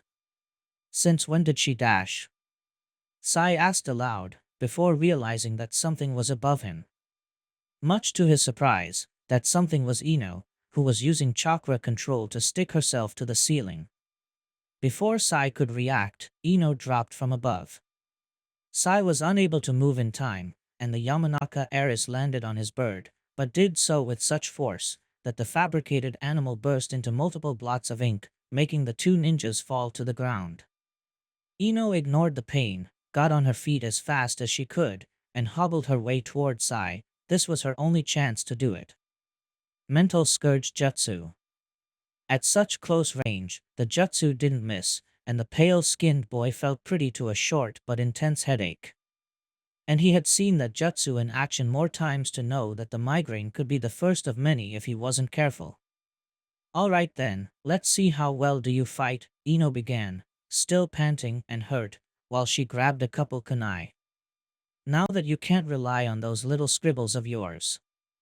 Danzo-sama trains all his agents to be more than just one-trick ponies, Sai stated, as he unsheathed his tanto. I can still fight even if ninjutsu is no longer an option. Ino frowned a little. Not because she knew he was speaking the truth, but because she also knew that not only was he better than her in close combat, but he made no signs of boasting.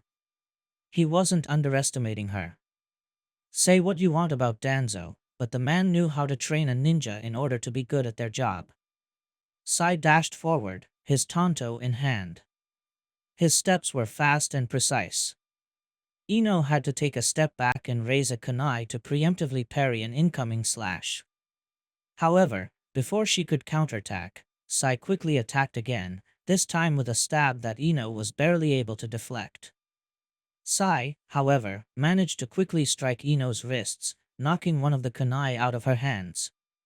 Shit! Ino cursed as she jumped backwards, in a vain attempt to put some distance from Sai. It seems that now you're realizing the mistake of engaging me in hand-to-hand combat, Sai calmly said, as he dashed forward once again. As panic started to seep in, Ino's hand went to her ninja pool touch, and grabbed another smoke bomb. She noticed it was the last one. I definitely need to carry more, Ino thought, as she tossed the small orb into her feet, producing a burst of smoke, followed by a cloud of blackness. Just as expected, Sai broke his dash, and slipped into a defensive position. While the smoke screen was up, Sai would be blind while Ino could track him through her sensor abilities. A whirring sound warned him of an incoming attack, and raising his tanto, he expertly parried the 4 shuriken aimed at him. The shuriken came from there, he thought, as he dashed towards the spot he thought Ino was. But much to his disappointment, Ino was no longer there. He could hear the faint sound of quick footsteps, but he couldn't pinpoint where they came from other than telling him that Ino had changed her spot. More shuriken, coming from a different spot this time. Once again, Sai prepared to block. But before he was about to do it, another whirring sound coming from behind alerted him of an attack coming from that direction. Sai quickly dropped into the floor and rolled, narrowly avoiding the steel stars. 2 different directions, she must be using a clone, Sai deduced.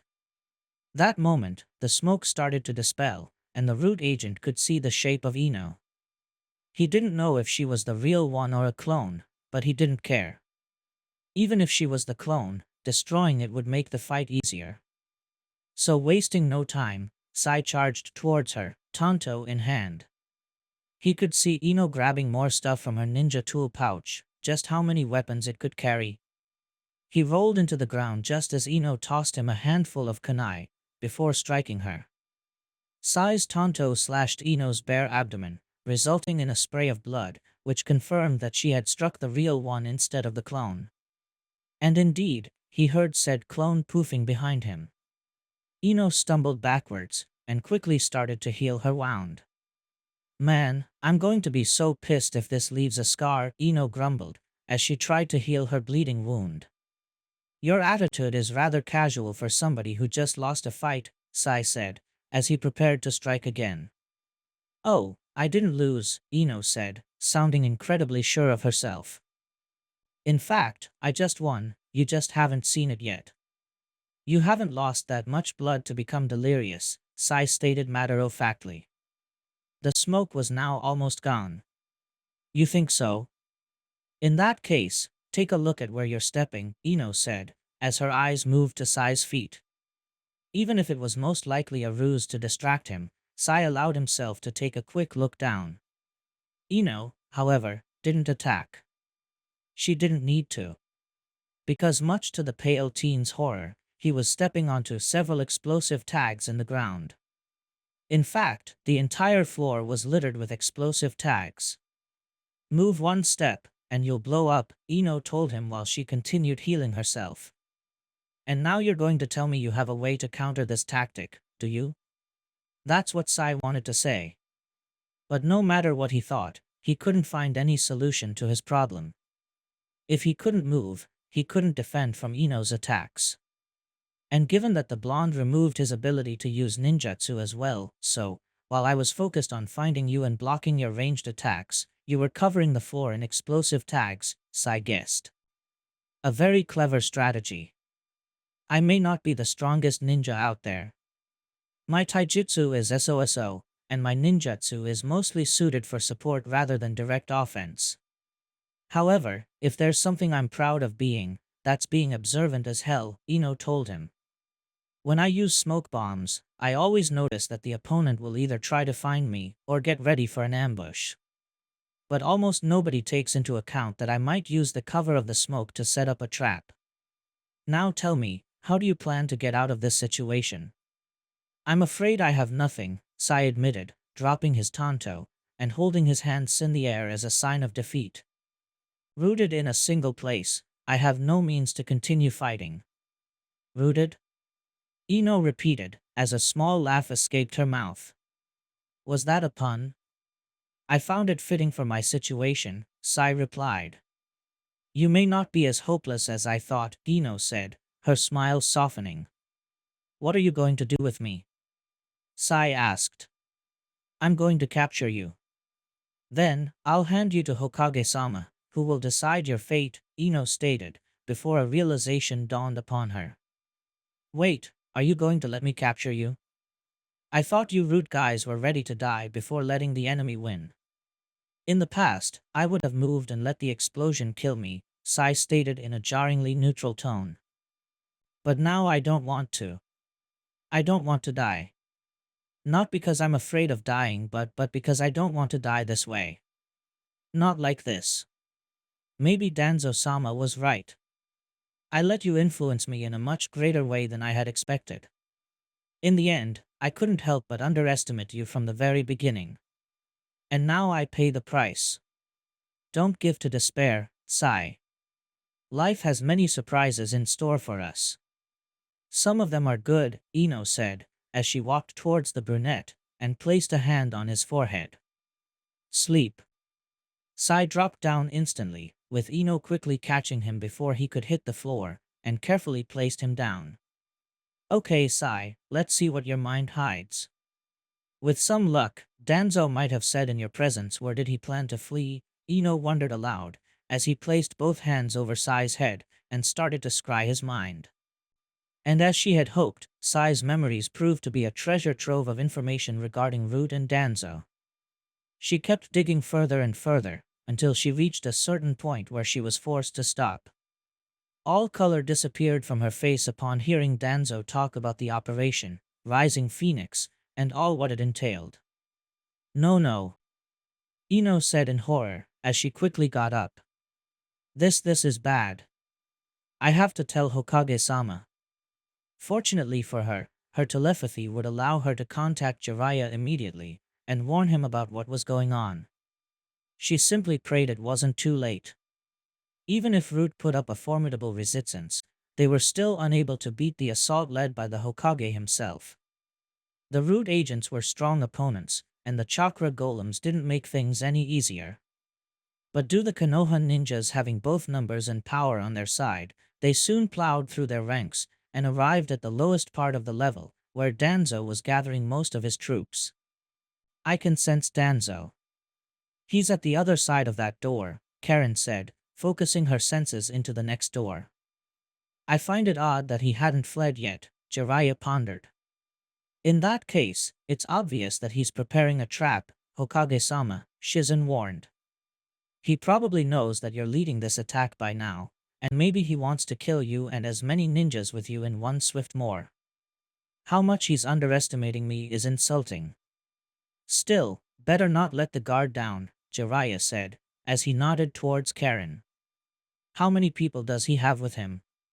Still quite a lot. I'm counting Friday 8, plus some golems, Karen replied, before frowning and crossing her arms. Just how many people does he have working for him? With the amount of ninjas we fought against, you wouldn't think he'd still have this many.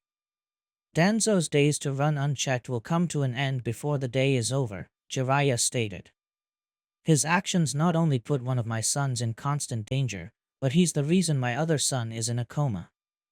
Everybody, stand back. Shadow Clone Jutsu. Jiraiya created a single clone, before forming a Rasengan with one hand. The clone started to infuse the blue sphere with fire chakra, which started to expand and turn reddish-yellow, almost if the Toad Sage was holding a little sun in his hand. Fire release, Rasengan. Jiraiya slammed his fire attack into the door. The attack quickly expanded forward and exploded into a fiery inferno, which not only obliterated the door completely, but opened up a massive hole in the wall as well.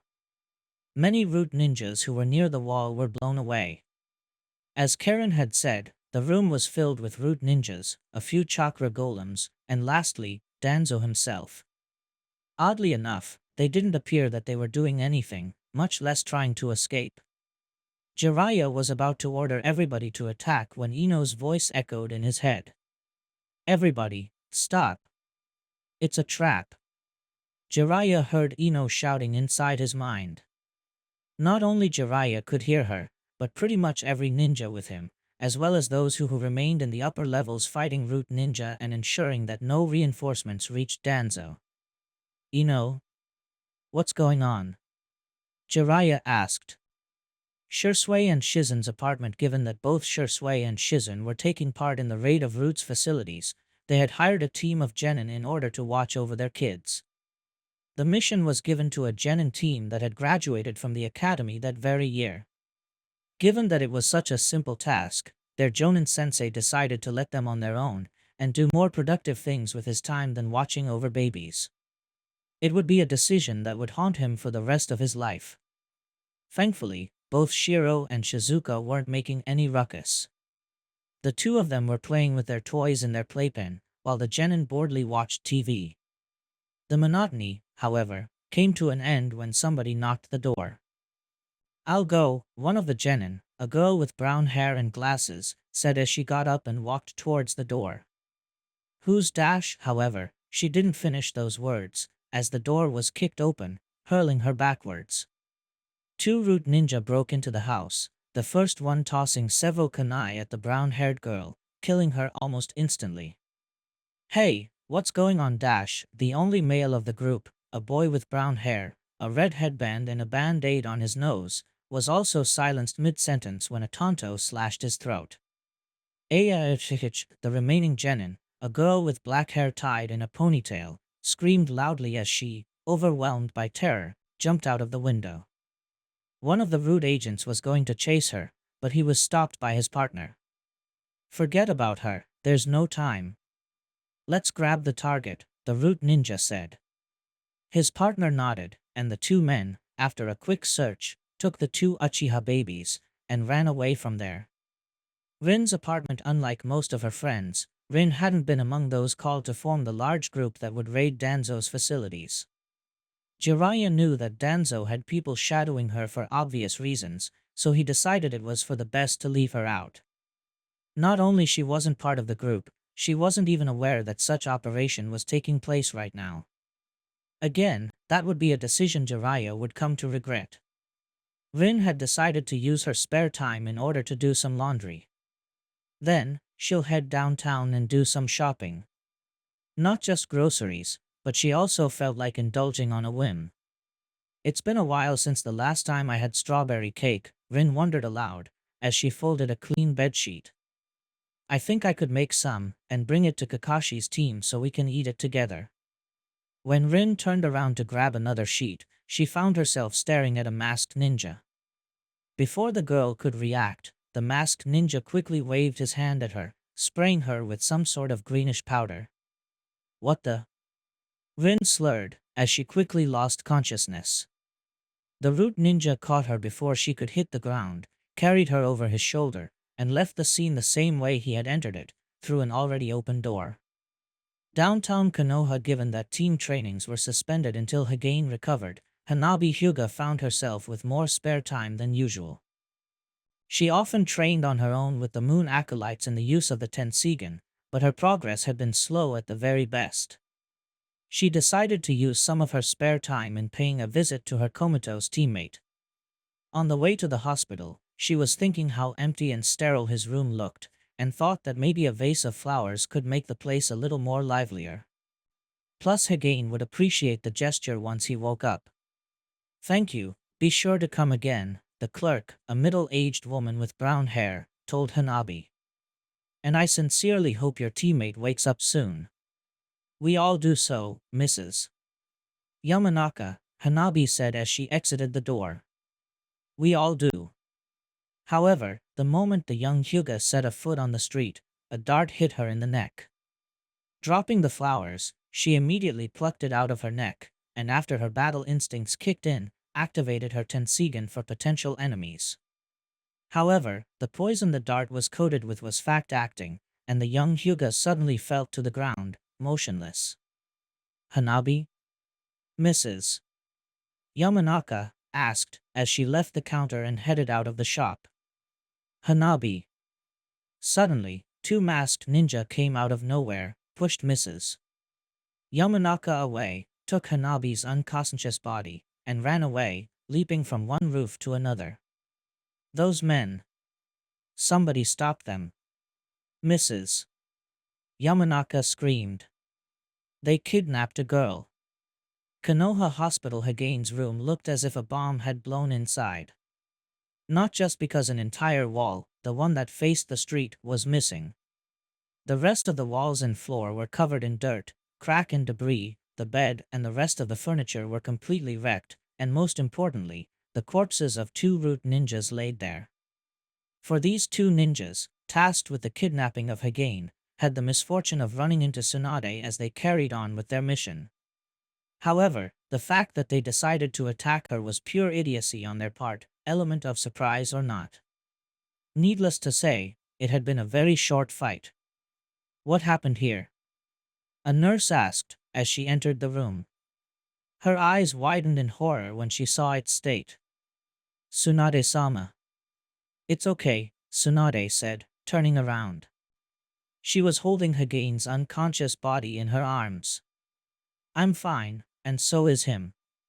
Those root agents, not so much." What happened here?" the nurse asked. "Apparently Danzo wanted to take my son as a souvenir from Konoha before leaving for good," Tsunade said. "And if I didn't have to take care of my son, I'd give that one-eyed bastard a piece of my mind. With my fists. Guess that Jiraiya will have to do it for both." Ino explained everybody what the operation, Rising Phoenix, entailed. While Danzo and his cronies escaped, half of his forces would remain in the lair in order to keep the raid division busy, while small commandos kidnapped certain individuals that would be necessary for a new Konoha, individuals with great power and potential, but young enough to be manipulated. Those targeted are Shiro and Shizuka Uchiha, Rin Noera, Hanabi Hyuga, and Hagane Senju, Ino finished. "No!" Shursui shouted. "Hokage-sama." "We need to dash," Shizen was going to say, but Jiraiya already knew what she wanted to tell him. "Go. I'll send you reinforcements whenever I can," Jiraiya told. Shursui and Shizen nodded, and the two black-haired ninjas quickly left the lair, undoing the path they walked to reach there. "Wait a minute, if Danzo isn't here, who is this guy?" Shikamaru asked, drawing the attention to such fact. "An imposter? Somebody under a transformation?" "According to Sai's mind, it's a genjutsu," they heard Ino's voice say. "Sharingan." Sasuke's bloodline limit flared to life, but all it did was to feed his confusion. "My Sharingan doesn't notice anything. I don't sense anything either. What's going on?" Karen asked. "There's no genjutsu that can fool both the Sharingan and a sensor of my skill." "Actually, there is," Kurenai solemnly said, as she took a step forward, looking at the alleged Danzo in the eye. "There is a bloodline limit that makes genjutsu so real that your mind is unable to tell it apart from reality. Even if you're a sensor or possess a dojutsu. The bloodline of the Kurama clan." Suddenly, Danzo, his ninjas and chakra golems all vanished, being replaced by a single individual, somebody wearing dark brown robes, and their face obscured by an ANBU mask. Bravo, Kurinai-sensei. Took you long enough, the robbed figure, a woman, said in a cold but mocking tone. Yakumo? Is that you? Kurinai asked. Why are you working for Danzo? But the figure didn't say anything. Just raised a hand and made a hand seal, before vanishing as well as if she was never there. Several explosions rocked the place. Danzo was planning to bury us alive. Jiraiya said in realization. Everybody, out. Go, go, go. As the Konoha ninja present there fled the scene before the underground lair collapsed under their heads, they all realized how dangerous a foe Danzo was, and how far was he willing to go to see his goals completed. The moment Hinata had heard what Ino said about Hanabi's kidnapping, she instantly shot into the sky, using the hole in the ceiling her previous attack had caused. She didn't even say anything to Naruto, though if he heard the same thing as she did, not only would he understand, but bolt to the hospital as well to check on Hagane. Hinata frantically scanned the whole village from above, in a desperate attempt to find her little sister's chakra, but after a few minutes, she had to give up. Six Paths chakra was incredibly potent, and through the Byakugan, or Tensigen in her case, it shone with such intensity it was impossible to miss. Meaning that they had already taken her out of the village. Hinata expanded her area of vision as much as she could, trying to catch a glimpse of Hanabi's chakra, but to no avail. However, even if she didn't see Hanabi, her sight caught something that merited her attention, masked ninjas moving towards the north. Not all of them walked the same routes, but it seems they had the same destination in mind. I don't have any other leads, Hinata said in resignation, as she focused her eyesight to the north. A feeling of hope swelled in her heart once she caught a glimpse of Hanabi's chakra. It was very weak, they had probably put chakra-dampening seals on her to prevent her escape, but it was no mistake, that was Hanabi. Hang on, Hanabi-chan. Her entire being filled with determination, Hinata shot forward, flying faster than any bird, faster than any previous time she had flown, pushing her chakra to its very limits. Such effort, however, paid off when Hinata caught the kidnappers, a group of 4 ninja, one of them carrying Hanabi on his back, and the other 3 acting as escorts. The moment they saw Hinata zooming in, they instantly placed themselves in a defensive formation, with the man carrying Hanabi in the middle. Hinata floated above them, her Tensigen glinting with a dangerous light. I'll say this once, Hinata began, her tone cold as ice. Leave my sister this instance, and I won't even try to capture you. The reply to her demand came in the form of several kunai with explosive tags attached being tossed in her general direction. With a telekinetic blast, she repelled the kunai, which were flown away in different directions, before exploding a couple seconds later. I see you made your choice, Hinata's voice was unflinching. Her hand reached back, and pulled her collapsible chakra bow. I'll make mine then. Lightning release, thunder arrow. Hinata shot several arrows made of pure lightning in quick succession. The root agents, however, were fast enough to jump in time and dodge the attack. Quickly, go to the meeting point, a root agent said, as he unsheathed 2 swords, and charged at Hinata. We'll buy you some time. Negative. If the hostage stays here, she'll be forced to hold back in order not to harm her, the root agent carrying Hanabi replied. We can use her as a human shield if needed. You bastards! Hinata shouted, her face turning red with anger. Very well then, another root agent, this one wielding a Kusarigama, agreed. Though be careful. Danzo-sama won't appreciate if the girl is hurt. We also have an opportunity to catch another Tensigen wielder, so let's make the most of this, the third root agent said, as his hands flew through hand seals, before clapping his hands together. Fire release, Fox fire. Several fireballs appeared around the root agent in a circle. The masked ninja started to make several quick hand motions, launching the fireballs with each one. Hinata expertly dodged the incoming fiery missiles, the fact that he was floating made it even easier, but she realized of two things thanks to her Tensigen. The first one was that the caster could control the fireballs, and those she dodged turned around and flew back at her. The second was the ninja wielding the two swords took advantage of her predicament in order to land a hit when she was wide open. Fortunately, the Hyuga clan had a solution for both problems. Heavenly Spin. Still mid-air, Hinata started to rotate, turning into a spinning sphere of chakra, which both successfully repelled the incoming fireballs and blasted the attacking root ninja away, his swords falling from his hands. Once she stopped spinning, she made a couple hand seals and dived at the ninja who had used the fire jutsu. Lightning Release, Thunder Palm. Hinata was ready to strike her electricity-imbued palm into her enemy, but she was forced to abruptly stop when the man carrying Hanabi placed himself between the two of them and hastily floated back. "See?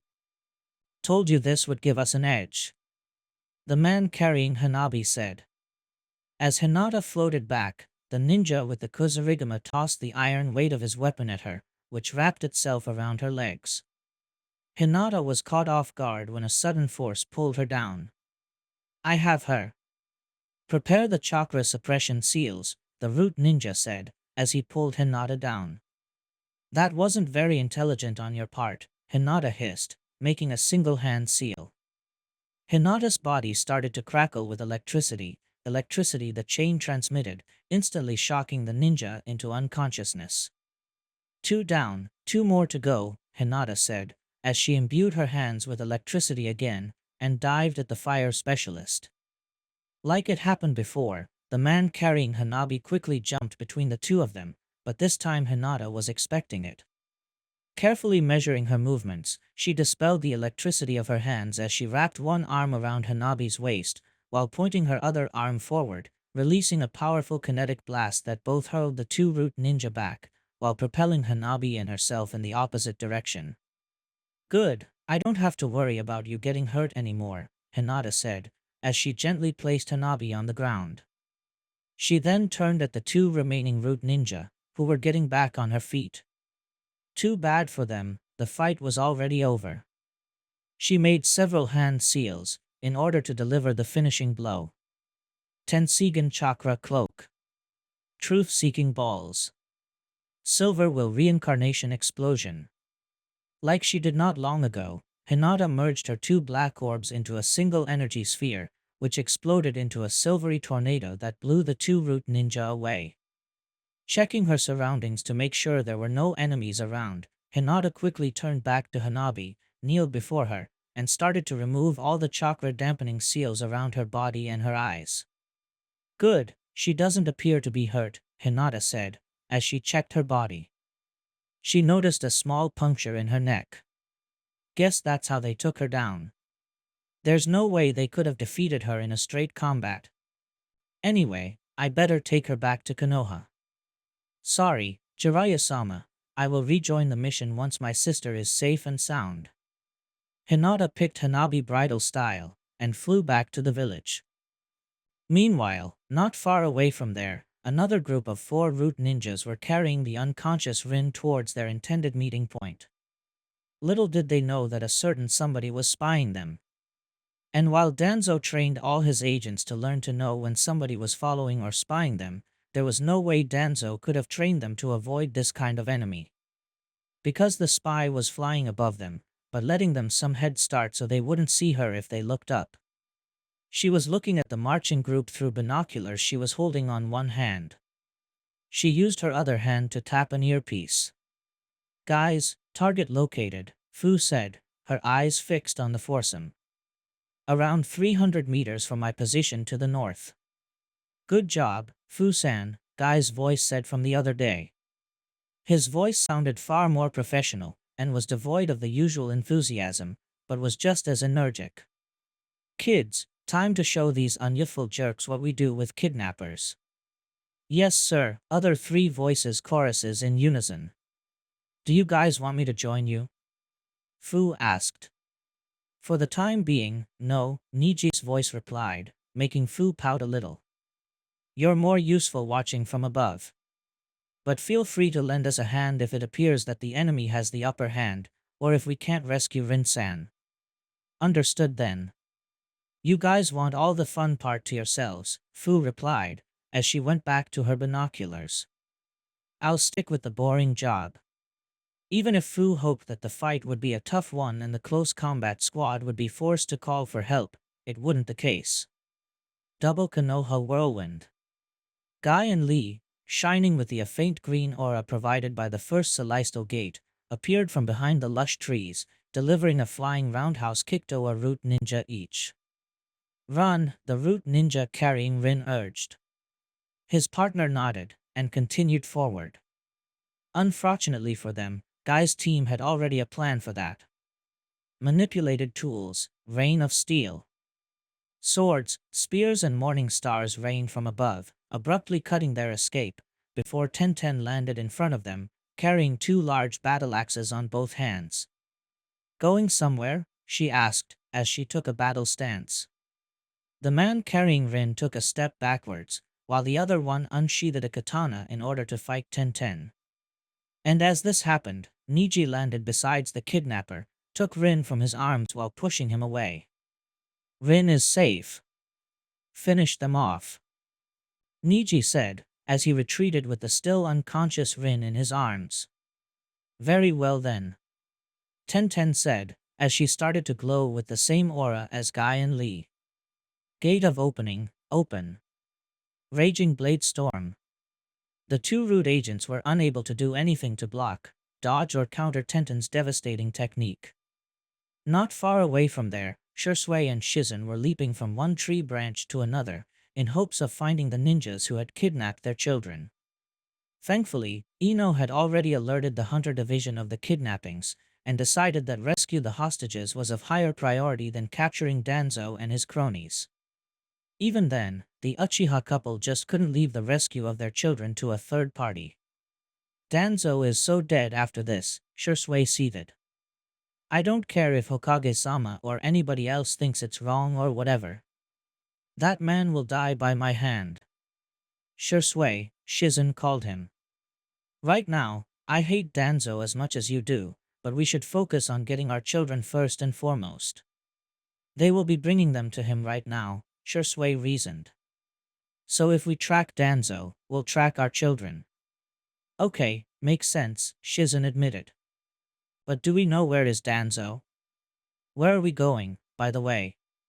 From what I heard the other hunter teams say, Shisui said, tapping his earpiece. All the root ninjas were heading north. So far, the only country in that direction is the Land of Sound, the former land of the rice fields. I don't think I'm following. There's nothing of interest in that country, at least not after Orochimaru abandoned it. Shizen replied. After Orochimaru and his forces vacated his lair, it was deemed safe for the inhabitants of the land of the rice fields to go back to their previous homes. To make sure such thing wouldn't happen again, Konoha would send teams every couple of weeks or so to check that everything was fine and the small country wasn't invaded again. The fact that all the returning teams didn't report anything out of the ordinary meant that Orochimaru didn't return. Yes, but think about it. The first time we found Orochimaru's base was because his actions drew our attention. It's possible that he recovered his old base, but this time he decided to be more discreet about it, Shisui explained. We do know Danzo and Orochimaru were close in the past, to the point that Danzo nominated Orochimaru to be the 4th Hokage. And Orochimaru is part of the Akatsuki. It's obvious that he was the one Danzo has been selling the information to on the other Jinchuriki. I don't think he made it his main base again. No, that one has to be somewhere else. But I'm sure he's still using it as an outpost and maybe meeting point. Suddenly, both of their earpieces started to crack with some noise, before a voice spoke. Shizen? Shisui? Do any of you copy me? A calm voice asked. Kakashi. Shizen replied, recognizing his voice. This is Shizen. Shisui is here with me as well. Any news? Yeah. We've just intercepted a group of root ninjas. After a quick fight, we defeated them. They were the ones carrying your children. Don't worry, we checked them, and they don't appear to be harmed. Both Shursui and Shizen let out a huge sigh of relief. You have no idea how happy we are to hear those news, Kakashi, Shursui said, his voice recovering his usual warmth. Remind me to buy you a drink when this is over. I'll be sure to check on that, Kakashi replied.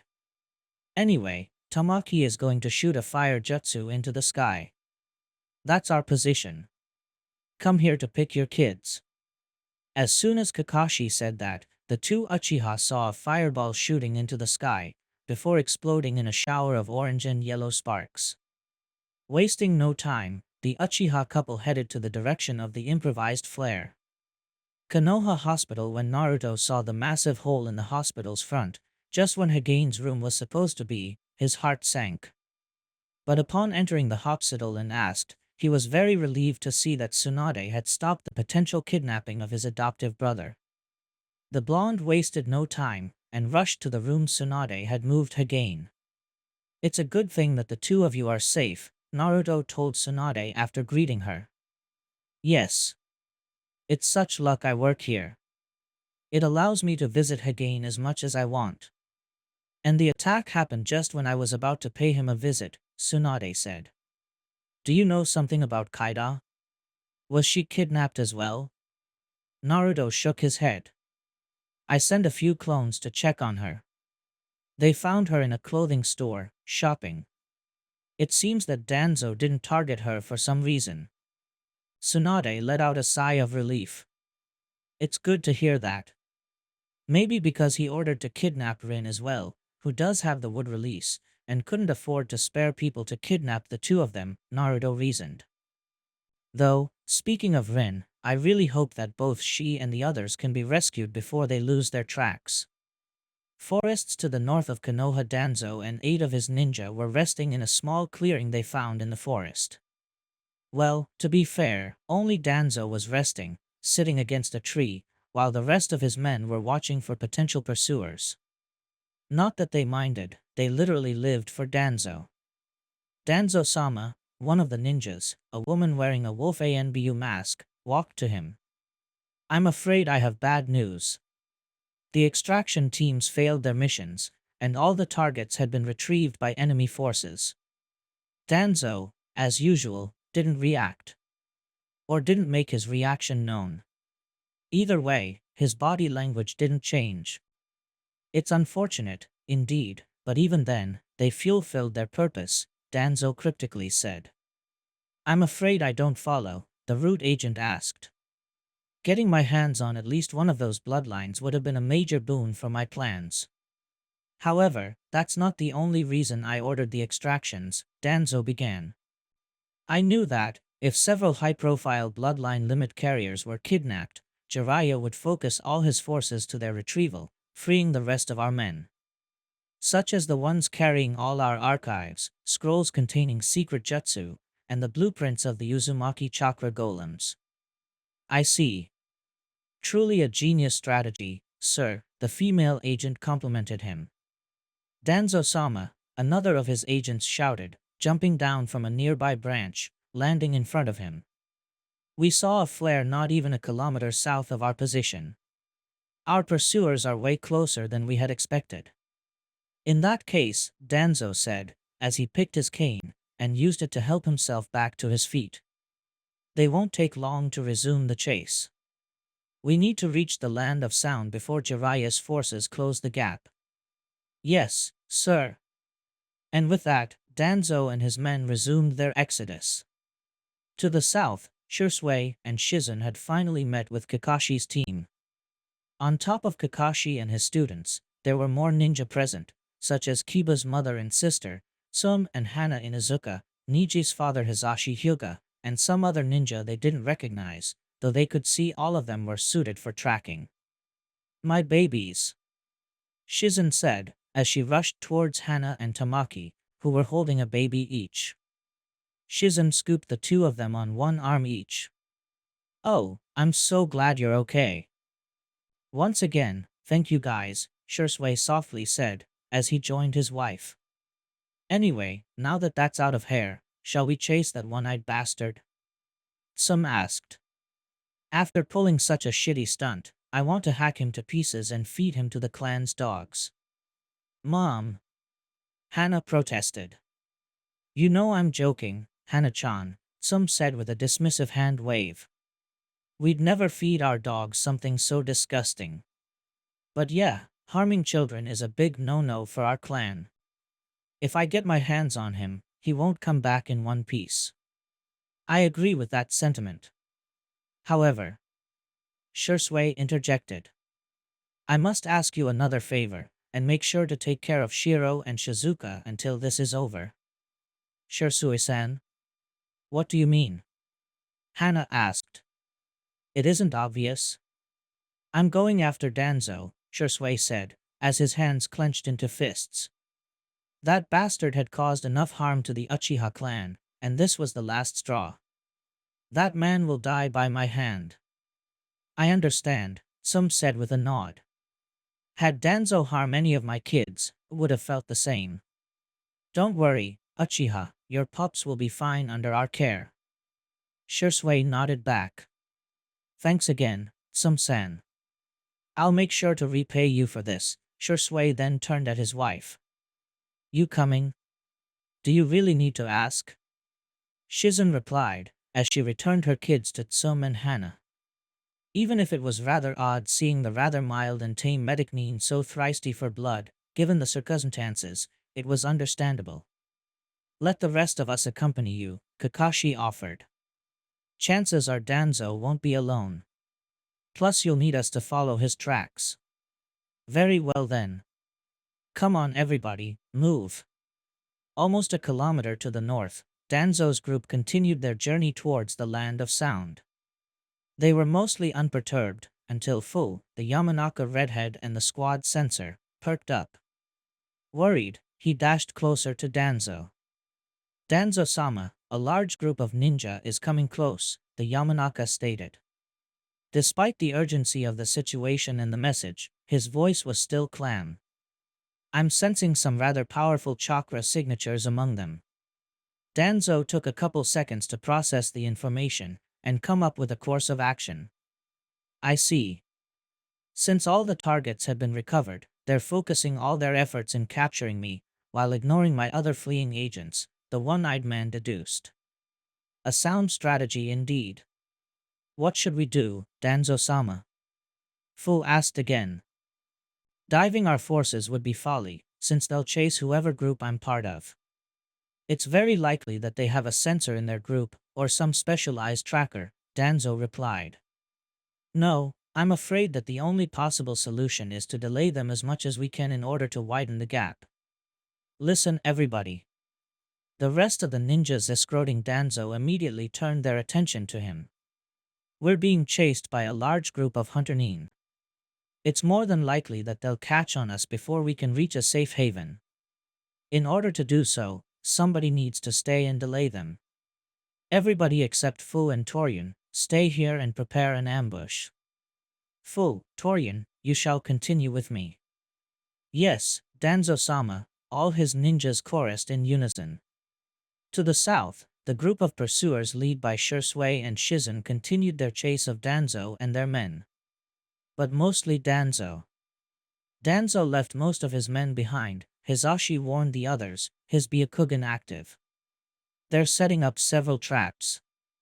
They're planning to ambush us.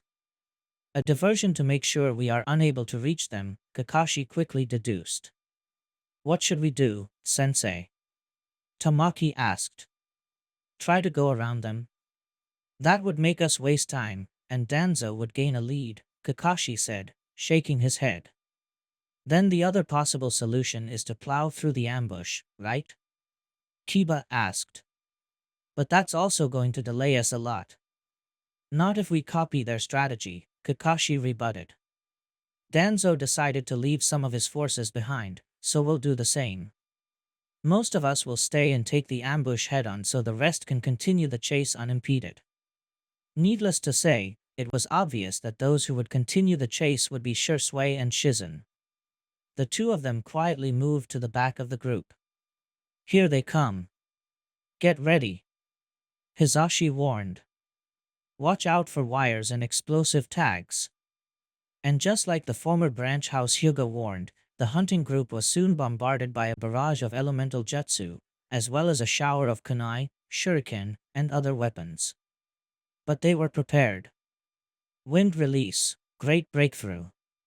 Pouring as much chakra as he could into the jutsu, Kakashi blew a powerful wind current from his mouth in order to push the incoming barrage back. Even if his attack alone was insufficient, he wasn't the only one to jump forward to take the brunt of the attack, as Hizashi and Tamaki soon followed. Heavenly Spin. Death Steel Ring.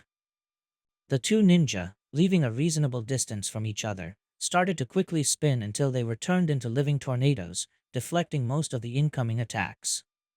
Following this, Shino extended his arms, and two swarm of angry beetles poured from under his sleeves, flying at the attacking root ninja, while trying to push them to the sides. Shursui-san, Shizen-sensei, I created an opening. Better take it as long as I can keep it, Shino warned the couple. Very well then, thank you Shino-kun. Shizen said, as she dashed past him. Stay safe until we return. Shursui added. Shursui. Danzo may be old and retired from active duty, but he isn't a pushover. Kakashi warned the Uchiha. Remember that he's strong enough to be considered for the position of Hokage. Don't worry, I know that. Shursui shouted back, before he set his eyes forward. I underestimated Danzo once. I won't make that mistake again. North of Shursui's position, Danzo and his remaining two escorts continued their escape. Fu was monitoring through his sensing abilities how the ambush was going. And while it worked as intended, it didn't throw all the pursuers off of their backs. Danzo-sama, the ambush has stopped most of the pursuers, but I'm afraid that two people are still chasing us, Fu told his leader. They're getting closer and closer with each passing moment. I doubt we'll reach the land of sound before they catch us. Just two? Danzo asked. At the very least, they no longer had the advantage. While fighting them might be tempting, we better not take any risks. Wait a minute, this chakra, Fu said, his eyes opening wide. One of the two people chasing us is Shursui Uchiha. Shursui Uchiha? Danzo repeated. This changed everything. Torian, how far are we from the land of sound? Not much. The Valley of the End is just ahead, the masked Aburame replied. Very well then. That shall be our battlefield, Danzo decided. Danzo-sama? Are you planning to fight Shursui Uchiha? Torian asked. While he was going to question his master's orders, he felt it was too risky to stop and fight when they were so close to their goal. 8 years ago, I had one of Shursui's eyes under my power, until we regrettably lost it to Akatsuki, Danzo began. Shursui's eyes have the power to cast a genjutsu so powerful, it can control the mind of others. It's so powerful is impossible to resist, and the only known way to break it is to bring the victim to a state of near death. Now, another chance presents before us. It is imperative that we collect at least one of his Sharingan. With that power, rebuilding Root and setting Konoha straight would be a child's play.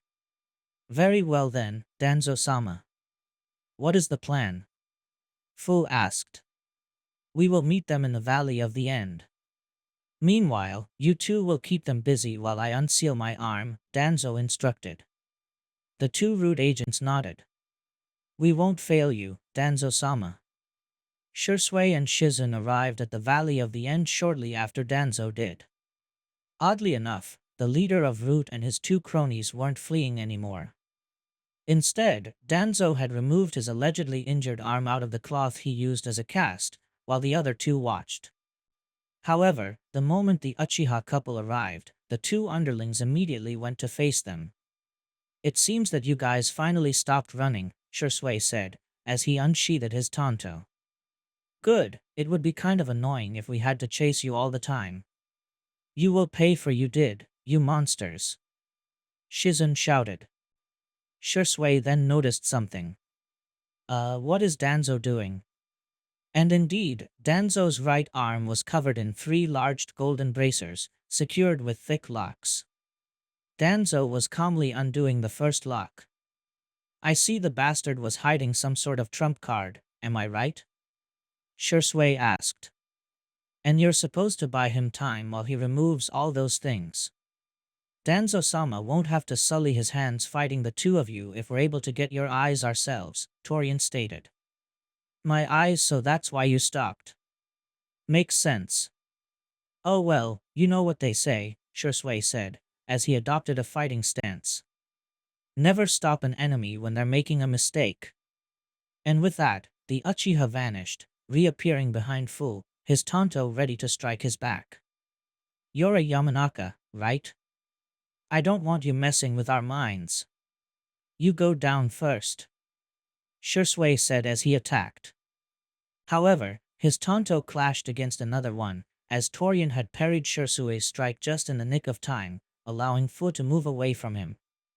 As Shursui vanished again, Shizun leaped at them, her hands forming a seal, and her cheeks puffed. Poison mist.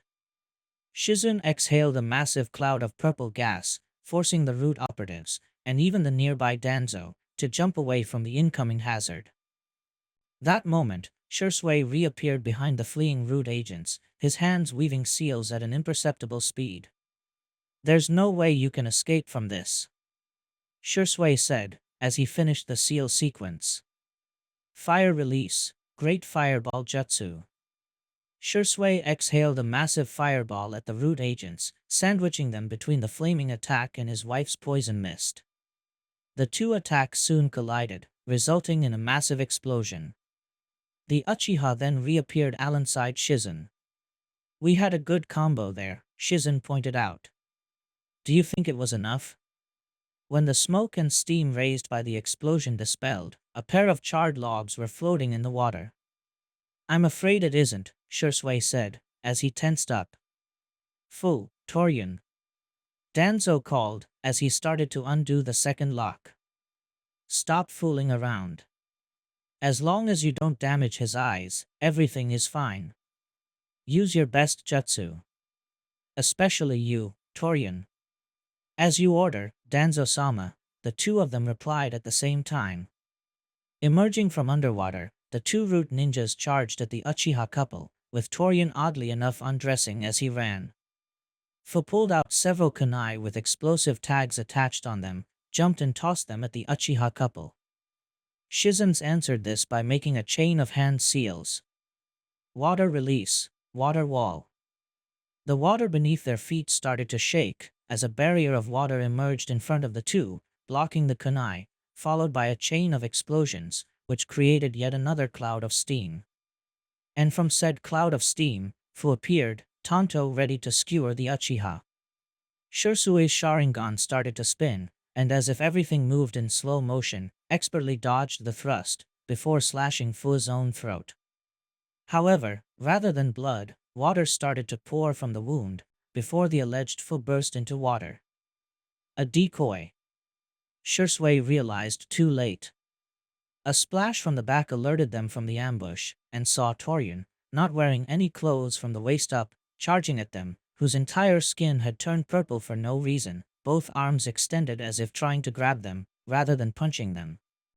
Acting purely on instinct, Shursui grabbed Shizun's hand, made a hand seal with the other, and body flickered several meters away to put some distance.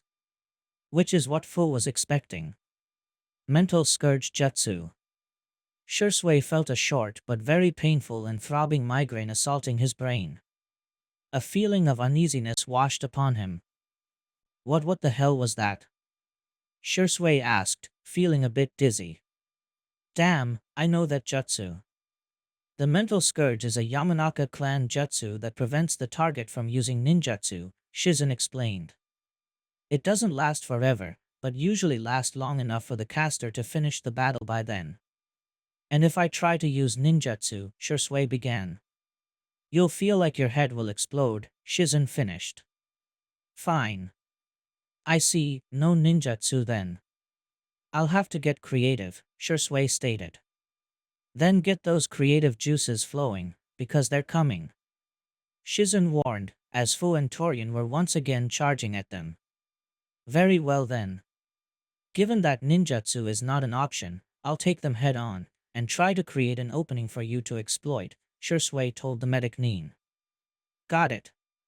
Shizun nodded. Also, make sure the masked guy doesn't touch you, Shui warned. His skin is covered in million upon millions of diminutive petals. I don't know what they do, but better not to take any risks. The Sharingan is sure something, to see the secret of my trump card with a mere glance, Torian said. Not that it will help you in the long run. Shui dashed forwards towards the incoming ninjas. His Tonto clashed against Fu's, and while they were locked, Torian took advantage of the moment in order to punch Shui. Shizun, however, intervened just in time by delivering a double kick into Torian's face, hurling him backwards. Shizun, take off your shoes, now. Shui yelled. But try not to touch them. Not wasting any time to ask why, Shizun quickly kicked her shoes out of her feet, making sure not to touch them with any other part of her body. I thought we'd be safe if our skin remained untouched, but it seems they can propagate through inorganic matter as well, Shui thought, as his Sharingan stared at the sinking sandals. If it wasn't for his bloodline limit, his wife would pretty much be dead now. Fu snapped him out of his brief thoughts when he attacked again. They seemed to be entirely focused on Shui. Better for me then. Shizun thought, as she pulled 3 Sanban and tossed them at Fu, who was forced to disengage Shui in order to deflect the attack. Shizun decided not to give them a moment to breathe, and his hands started to form hand seals. Water release, water dragon jutsu. The water around them started to gather and formed a massive serpentine dragon. Letting out a distorted roar, the dragon lunged at the 2 root ninjas, who once again were forced to jump back. With all these water around, somebody with a water affinity has the advantage, Torian mentioned. We won't be able to touch Shui as long as his wife is defending him. In hindsight, this was a poor choice for a battlefield, Fu observed. What shall we do? Should we try to take her out first? No, even without ninjutsu, Shui is still the more dangerous of the two. We should neutralize him before your jutsu wears off, Torian replied. Then, there shouldn't be any problem taking care of Shizun. Shui it is, then. But we'll have to make sure Shizun doesn't jump on us like she's been doing so far, Fu replied. Leave that to me, Torian said, as he clapped his hands together. Upon separating then, a dark purple gaseous mass started to form, growing bigger by each second. Make sure you don't touch this, poison cloud jutsu. Torian blew the cloud forward, creating a smokescreen that quickly advanced towards the Uchiha couple, which were forced to take a few steps backwards. Shizun, I have a plan to take them out, Shui said. It's kind of risky, and we need to split up for it to work. Don't worry, whatever you have thought, I trust you, Shizun replied. You're thinking in running around the cloud, right? Getting me to accidentally infect Fu with my Rinkachu? Torian asked. Not bad, but it's not going to work. Our teamwork has been honed over years of training and doing missions together. I know how to fight without endangering him. Yeah, that was our plan, Shui admitted.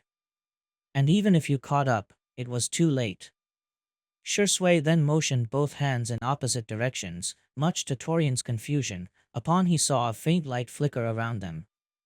This is, Torian said in realization. Fu, watch out.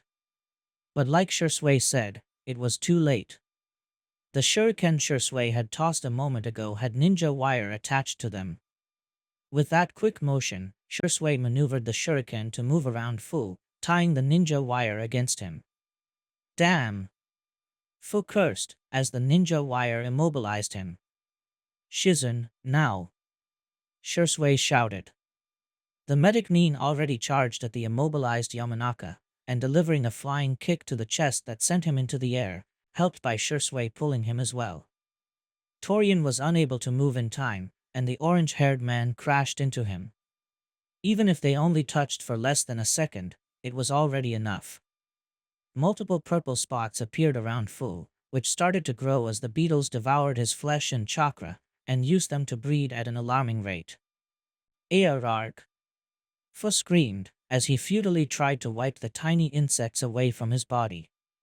With each passing second, the pain was becoming more and more unbearable. Fu, hold on, Torian said, as she rushed towards his fallen teammate. However, before he could help him, Shizun landed in front of him, making a splash when her feet touched the water. Two kunai appeared in each of her hands, and started to deliver quick swipes at the rude agent, trying to keep him away from the agonizing Yamanaka. Get out of the way! Torian desperately shouted, as he countered Shizun's attacks with blows of his own. Unfortunately, in his urge to help his partner, he had taken his eyes from Shursui, and that moment of distraction is all what the Uchiha needed to dash and plunge his Tonto into the Aburame's back, piercing his heart. Unlike Fu, Torian's death was quick and painless. Wordlessly, Shursui walked towards the still agonizing Fu, and quickly stabbed his Tonto into the Yamanaka's chest, putting an end to his misery. Okay, done, Shizun said, panting a little. Well done. Thanks. They thought they could beat me if they cut me off of my jutsu. But this is what happens when you underestimate the Uchiha clan, Shursui replied, as he turned his head towards the last remaining enemy. Now, time to end route forever. Fortunately for Danzo, his minions had bought him enough time to undo all the locks protecting his right arm. Not to mention that they had wore Shursui and Shizun down a little, making the upcoming fight easier. Fu and Torian were two of my best agents, Danzo replied, as the last bracer fell down, revolving a bandaged arm. Finding suitable replacements is going to take quite some time and effort. Guess that you don't care about the lives that had been lost here, do you? Shursui spat. You only see them as tools you can replace. Ninjas are nothing but tools, Shursui. All of us, Danzo said, as he started to unwrap the bandages of his arm. However, if I can take your eyes, their deaths won't be in vain. Both Shursui and Shizun's eyes grew wide open after most of the bandages were removed, revealing Danzo's right arm. It was much paler than the rest of his skin, but the most horrifying part was the multiple Sharingan eyes on it. Danzo also removed the bandages covering his right eye, revealing yet another Sharingan. Now, let's begin.